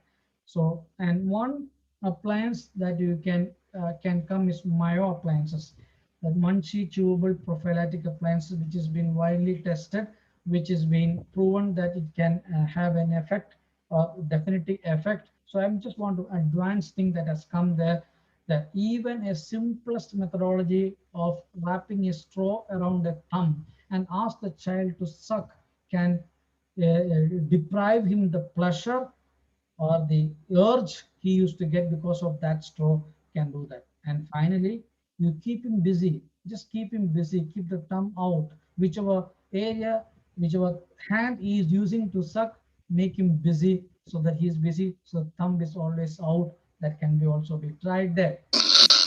And finally, we are in the last 5 more minutes. Please give me mouth breathing habits, pediatric mouth breathing there. So finally, one of the book, one of the thing, if you are interested to read out of the academic interest, is called the Shut Your Mouth and Save Your Life with George Carey. He's not a dentist, he's a speaker there. So mouth breathing and how to approach mouth breathing in your answer sheet. Again, I'm going very fast, I know, but I told you my purpose is to make you to write the answers. So definition, classification, etiological factors are there. And the last activity, so we have 2 done by Dr. Tina, 1 by Dr. Raki, and 1 by Dr. Devi. So this the last chance. One of this can be the winner for our next free paid program. You will get a free entry, and that to CBCT and its mystification. So the answer, so the question, that question that I'm going to answer for this Let me just make it later. The activity here is find out the one author. Just find out one author who should be considered to be the father of mouth breather, who have revolutionized mouth breathing. And your answer should have his name inevitably. Can you find out one author? It's the toughest of all the four things I know, but can you find out one author whose name is hidden inside this activity? Oh, Dr. Sweda, you are amazing. You are amazing, Dr. Sweda. Dr. Sweda Nair has answered that question. Amazing. You are reading. Yes, yes, Dr. Dina, that's good, but she has answered that it's Harvard. One person you cannot forget if you're writing mouth breathing is none other than Harvard, and his full name is Eagle Peter Harvard. He is the one who changed or revolutionized the concept of mouth breathing with his article called Primate Experiments on Oral Respiration, American Journal of Orthodontics, 1981, who was revolutionized the way we should deal with mouth breathing there. And I follow his concept, and we get good reward when we start treating the condition there. So an article I can just tell you is the importance of mouth breathing. I told you, that Sweta Nair, you are done an amazing job. You are reading. So this is a good article to read on this one, which I told you the first article, and facial type and head posture with nasal and mouth breathing in children. I'm just going to bombard you with an amazing articles. At least put the names and authors of this article in your answer sheets that can fetch you more mark. The result says that an association among facial type and breathing mode, especially mouth breather etiology. The brachycephalic type has more frequent among nasal breathers and less frequent in subject with obstructive nasal. The brachycephalic people are less into mouth breathing. They are normal breathing there. So other types of people have more tendency towards the mouth breathing is there. Now, comparison between mouth breathing and nasal breathing, there is a CBCT study. It's an amazing study which is three-dimensional picturization of a nasal breather and oral breather is being done with the CBCT, posterior airway space is done. A three-dimensional assessment of pharyngeal airway space available for a mouth breather and nasal breather. Matthews Alvis, International Journal of Pediatric Otolaryngology in 2011. That's an amazing, which says that the amount of volume of air that goes through in a nasal breather is twice more than the mouth breather. So mouth breather get only 200, the nasal breather get around 400. In the comparison I'm talking about. So you can see the amount of volume of air goes through a nasal breather and the air breather. So mouth breather is very less there. Now again, International Journal of Orofacial Myology, relationship between mouth breathing and postural alteration in children, a descriptive analysis. It says that children with a nasal respiration age 8 and above present with better posture than those who continue oral breathing beyond age 9 age. So pediatric dentists, if you are listening to me, who are listening to me after age 8, if you have a mouth breather, it affects the posture of the child lifelong. Who are supposed to break this be early? You can't wait 13 and 14 years there. The prevalence and persistence of sleep disordered breathing symptoms in children is, and again, a study which says that multivariate analysis have shown that symptoms, socio-economic factors have a stronger, more persistent effect upon increased sleep disordered breathing than other things. So there are some factors are there. Adenoidectomy decreases the risk. So at particular time, adenoidectomy can decrease sleep disordered breathing up to 50% there. The conclusion says that this is one of the first natural historical study of the primary symptoms of sleep disordered breathing in 6-year period, the development of sleep disorder symptoms there. The snoring rate are higher and spike earlier than previously reported, which says that symptoms are dynamic, suggesting that early need of intervention in childhood is required there. So if the pediatric dentist can identify sleep disorder breathing symptoms in a young child, and treatment with adenoidectomy or some other methodology can reduce the sleep disorder symptoms early. So who is the key here again? Pediatric dentists are the key in identifying, diagnosing, monitoring, referring, planning, and treating even with sleep disorder breathing symptoms in young children there. So model of oronasal rehabilitation in children with obstructive sleep apnea symptoms undergoing rapid maxillary expansion. There comes the protocol now. So if you identified sleep disorder, you can do conventional methodology. Even rapid maxillary skeletal expansion provide room for the tongue, room for the airway. Patient can breathe. It can relieve your sleep disorder symptom there. Pediatric dentist plays a very important role with help of rapid maxillary expansion in alleviating sleep disorders there. Oromyofunctional therapy in mouth breathing children, amazing. All what you do is like mechanotherapy, all can give you some result there. But finally, it comes that you need to train the child to breathe through the nose with the correct lip posture, correct neck posture, tongue posture, lip, neck, tongue. This posture you should do. What can be done? Orofacial myofunctional therapy for mouth breathing children can be done there. So 10 sessions of myofunctional therapy along with your appliance therapy or other can be much productive. Just the appliance therapy. So many of our postgraduates write mouth breathing, oral screen, double oral screen, vestibular screen. That's all. Nobody mentioned about the myofunctional part and its relation, and that should be systematically done there.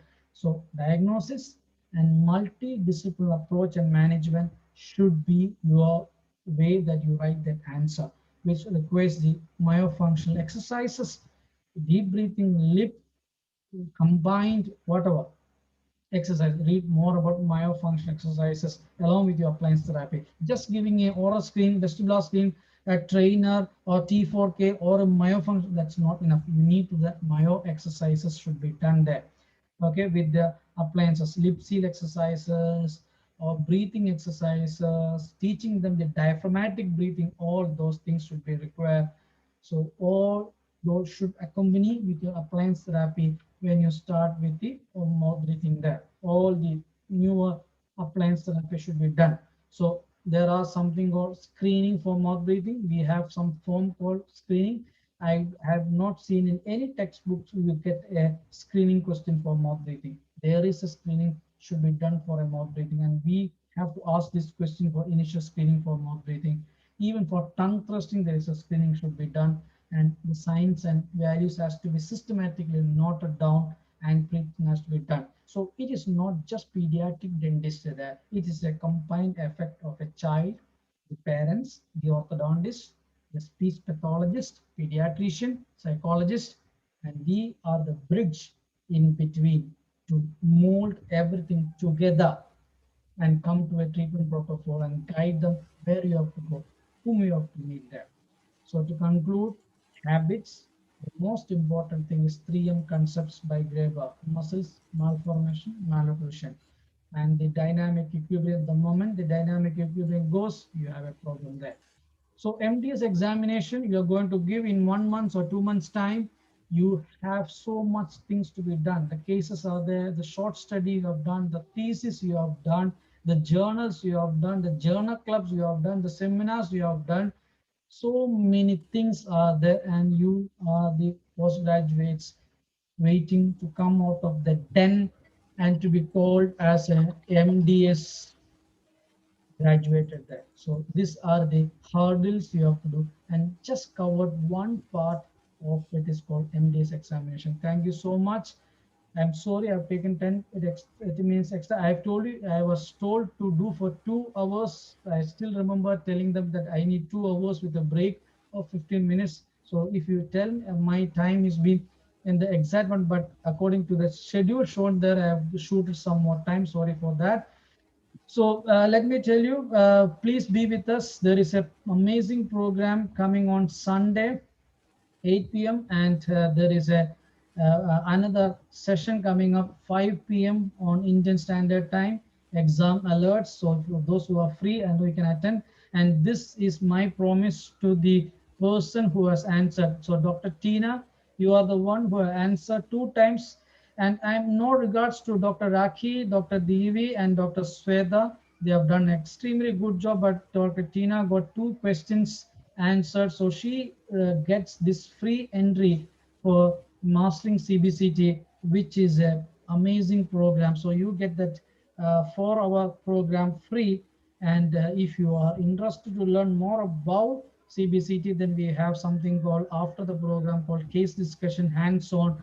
An amazing live software will be given to you. Install the software in your laptop and be ready with the laptop. Only 10 people, and you will be doing CBCT 4 to 5 patients lively, how you are doing it there. Thank you so much. Let me stop. Thank you, the association, for allowing me. And I hope I have done justice. Over to the organizers for the next part of the session. Over to, I can see Suprasit and nobody else I can see in my screen. Sorry for that. Yes, Anand sir. Anand sir, Reena ma'am, thank you so much. Correct sir, sorry, I can see you now in the screen.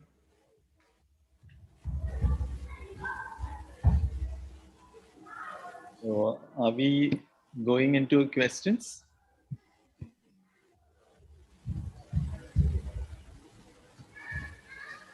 I think Dr. Sharath will have to be called into this. Sharath is there, but looks like in both the thing, nobody's on the. There is one question for Dr. Sharath. Really? Yes, No? Is Dr. Sharath on? Yes, ma'am. Yes, ma'am. I'm here. Okay. Sharath, you have a question. Yes, ma'am. Please explain about variable ratio and variable interval in Skinner box experiment and extinction rate of each and its applicability in behavior management. For this, I think maybe the person asked, maybe will understand, but I'm not sure whether everybody will get it. But see, when you do reinforcements, there are 2 broad kinds of reinforcements. One is continuous reinforcements. The other one is partial reinforcement. Continuous reinforcement, when I mean continuous reinforcement, whether the organism or the person involved will always receive an reinforcement or a gift or a reward every time he does a desired behavior. So something is a desired behavior. So if a child cooperates, every time you give him a gift, a pat on a shoulder or a certificate or something, a positive reinforcement is given to him. That means it is continuous, all the time is given. The other one is partial reinforcement.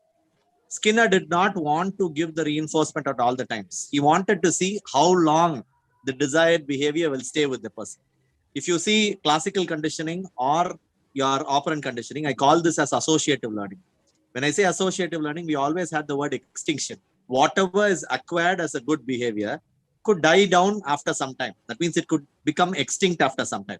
So if the reinforcement is continuously given, it might stay longer. But if the reinforcement is not given all the time, it is called partial reinforcement. So when we do partial reinforcement, it can be done at a specific point of time. Say, for example, if the child cooperates for 10 minutes continuously, then I will give him a pat on the shoulder or a gift. This will become fixed interval. That means an interval frame is fixed. Okay. So if it every 5 minutes fixed, I will tell him he's a good patient, right?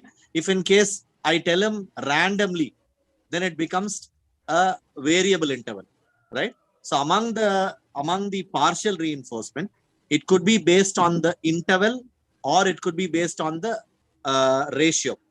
One, it's either fixed, the other one is going to be variable. So you do it like every time the 5 times the child behaves properly, you can give him a reinforcement. 10 minutes if the child is doing a good behavior treatment, then you can give him a reinforcement. So it can based on the time, or it can be based amount on the frequency, right? But what you need to understand is, so one example I would like to tell you is like gambling, right? When you pull a gambling thing, right? You don't know, you think it's almost gone. You have lost almost 10 rupees, 100 rupees. And suddenly, because of variable ratio, suddenly they give you 20 rupees back. So the minute you get 20 rupees back, you can't stop, right? So fixed interval ratios are not good for children. Continuous is always good. Every time the child does something good, you keep doing it and appreciating him, definitely the child will be happy. Variable ratio might be always good, because variable ratio will never allow extinction. Please understand, variable ratio will never allow extinction. It's like gambling. Every time you want to quit, there is something curious and there's something always there, and then you want to continue. But if you have a fixed interval, if you tell the child you cooperate for 20 minutes, only then I will give you a pat on the shoulder. You cooperate for time 10 minutes. It's not possible. The child should be able to get it continuously, or you must give him by surprise. So I think the best will be either continuous. If you want to check in partial, it should be only as a variable ratio. The child should be always kept at guessing, right? I think that should at least give you a broad idea about what it is. Is your question answered? I hope your question is answered. I think for Dr. Joby, there are no questions. There's just one question for you, Dr. Sharad. Yes, ma'am. And I suppose everybody has understood Dr. Joby's and there's no question. Yes, ma'am. Either they understood everything, though they didn't understand anything. Yeah. It could go either way. Still guessing, still thinking about to answer the question. That's true. Okay, so since we don't have any questions posted, I think both Dr. Sharat Ashokan and Dr. Joby Peter has made sincere attempts to put forward a lot of information in their talks today.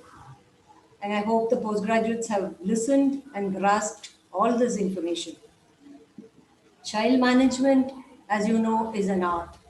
But managing a child involves managing a parent also. And treating children is not the same as treating them as it was earlier. Because as Dr. Joby put it rightly, it is the responsibility of a pediatric dentist to instill a positive attitude in the parent and the child. So for this, we need a thorough knowledge of child psychology and legal matters concerning dental treatment of children is becoming more nowadays. And parents have become overprotective, they become over caring, and this leads to many more problems for a pediatric dentist. Coming to the developing malocclusions are on the rise in children. About 70% of the children exhibit malocclusions. Now, early intervention and preventive strategies are the need of the hour for these conditions. It can reduce the time of treatment and cost by simple means. And both these topics are important from the point of view of MDS exams also. And I wish all the students a happy learning while you stay at home safe. Thank you. I would like to thank the organizers of APPD for giving me this opportunity to moderate this important session. I'm greatly honored. Thank you. Thank you, ma'am. Thank you, ma'am. Thank you. Korat sir, a few words from your senior most person. Can you unmute Korat sir? Hey, sir, you are muted. Can you unmute Korat sir?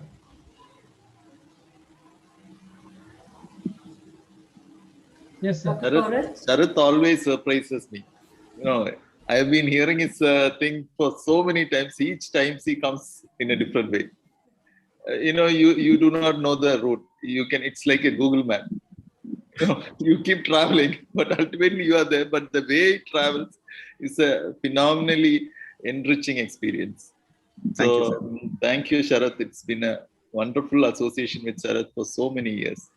Joby, I am hearing it for the first time, but it's been a marvelous lecture from you. It's I'm sure the postgraduates would have heart-filled or stomach-full experience from this. Hope this all will come good in your answer sheets. I'm sure. I suppose now there are some questions for Dr. Joby. Oh, it's come? Yeah. Wait. Delayed response. The question is, how do we manage child with non-space primary dentition who has tendency for future crowding? Yes, that's a very good question. To answer that question, doctor, whoever asked that question, non-space dentition, according to Lincoln in 1970, non-space dentition has got 10 out of 10 chance of getting crowding. So how do we manage that? So one thing you have to identify is your hereditary pattern. Parents have the same problem present or not. Second thing is, what is the extrinsic factors, as Dr. Graeber said. So there's only two things you as a pediatric dentist have to see. One is hereditary factor, which is inevitable, it is happening there or not. Second thing is extrinsic factor, like Dr. Graeber says, like it can be a habit, it can be an abnormal muscular pattern habit, or anything that is developing there or not. If it is there, if an extrinsic factor is there, we can mold it or guide it. If it is an intrinsic factor like hereditary is already there, but still, which the definition of AAPD says that, or even seal extraction, which says that not all permanent teeth are being removed. That is an in-depth thing that we need to go. Why all not? They say that definitely we have to remove CD4. But now they have molded the definition in such a way that some permanent teeth might be removed. Why? Because of the growth factor. The growth factor is taken into consideration. So when these children who has got non-space dentition and you, the patient is sitting in front of you, are there. Nowadays, if you see the myobrace therapy, you can see so many philosophies are coming up with you give this munch, you give this chewies, you give that, this. What are they doing it is? They are doing it is to molding the soft tissue. If you mold the soft tissue at the right time with the right protocol, you don't need any appliances. Let me tell you, no munchies, no chewies, nothing is required if you allow the child to proper breastfeeding, if you allow the child to do correct time changing, shifting into the right diet, like semi-solid to soft to solid foods, which chewable foods. Nowadays, if you ask it, many of the child or children are goes for sip-ups or soups, or you give them, they are very happy with that. These things are not keeping the masticatory muscles. The masseter is so important, which is the primary muscles which can expand the mandible and the maxilla together. For that, there should be chewing pattern. So if you see a child who has got non-space dentition, take a good proper history, advise dietary modification, or ask them to, I tell them to take nuts. In Malayalam, perakka, one of the best food. In my young age, we used to munch on to perakka, the guava, which has to chew and swallow. There's no other way you can swallow that. That kind of food habits itself will put pressure onto the masseter rather than soft food and can cause development. It is irrational for me to tell that you expand the arch, you will do slow maxillary, rapid maxillary. It is not that easy as you think. That is not the reason for that child having non-space dentition, either hereditary or the extrinsic factor like this. Food habits are there. So that has to be taken care. Automatically, it will develop. You have time as a pedodontist. You are seeing the child every 3 to 6 months. You can do wonders there. Dr. Sharath, can we ask you one more question? Sir? Sure, ma'am. There's one more question which has come. Management of temper tantrum child. Okay. There's no universal formula for any children. And I think I will take up that question for tomorrow, ma'am, because I'm trying to do behavior management tomorrow. So I think even if I tell something right now, maybe when I'll answer the question during the lecture tomorrow. Temper tantrums. Sure. Dr. Suprasit, Yes, ma'am. can we end the session? Sure, ma'am. Sure, ma'am. Anand sir, please conclude the session.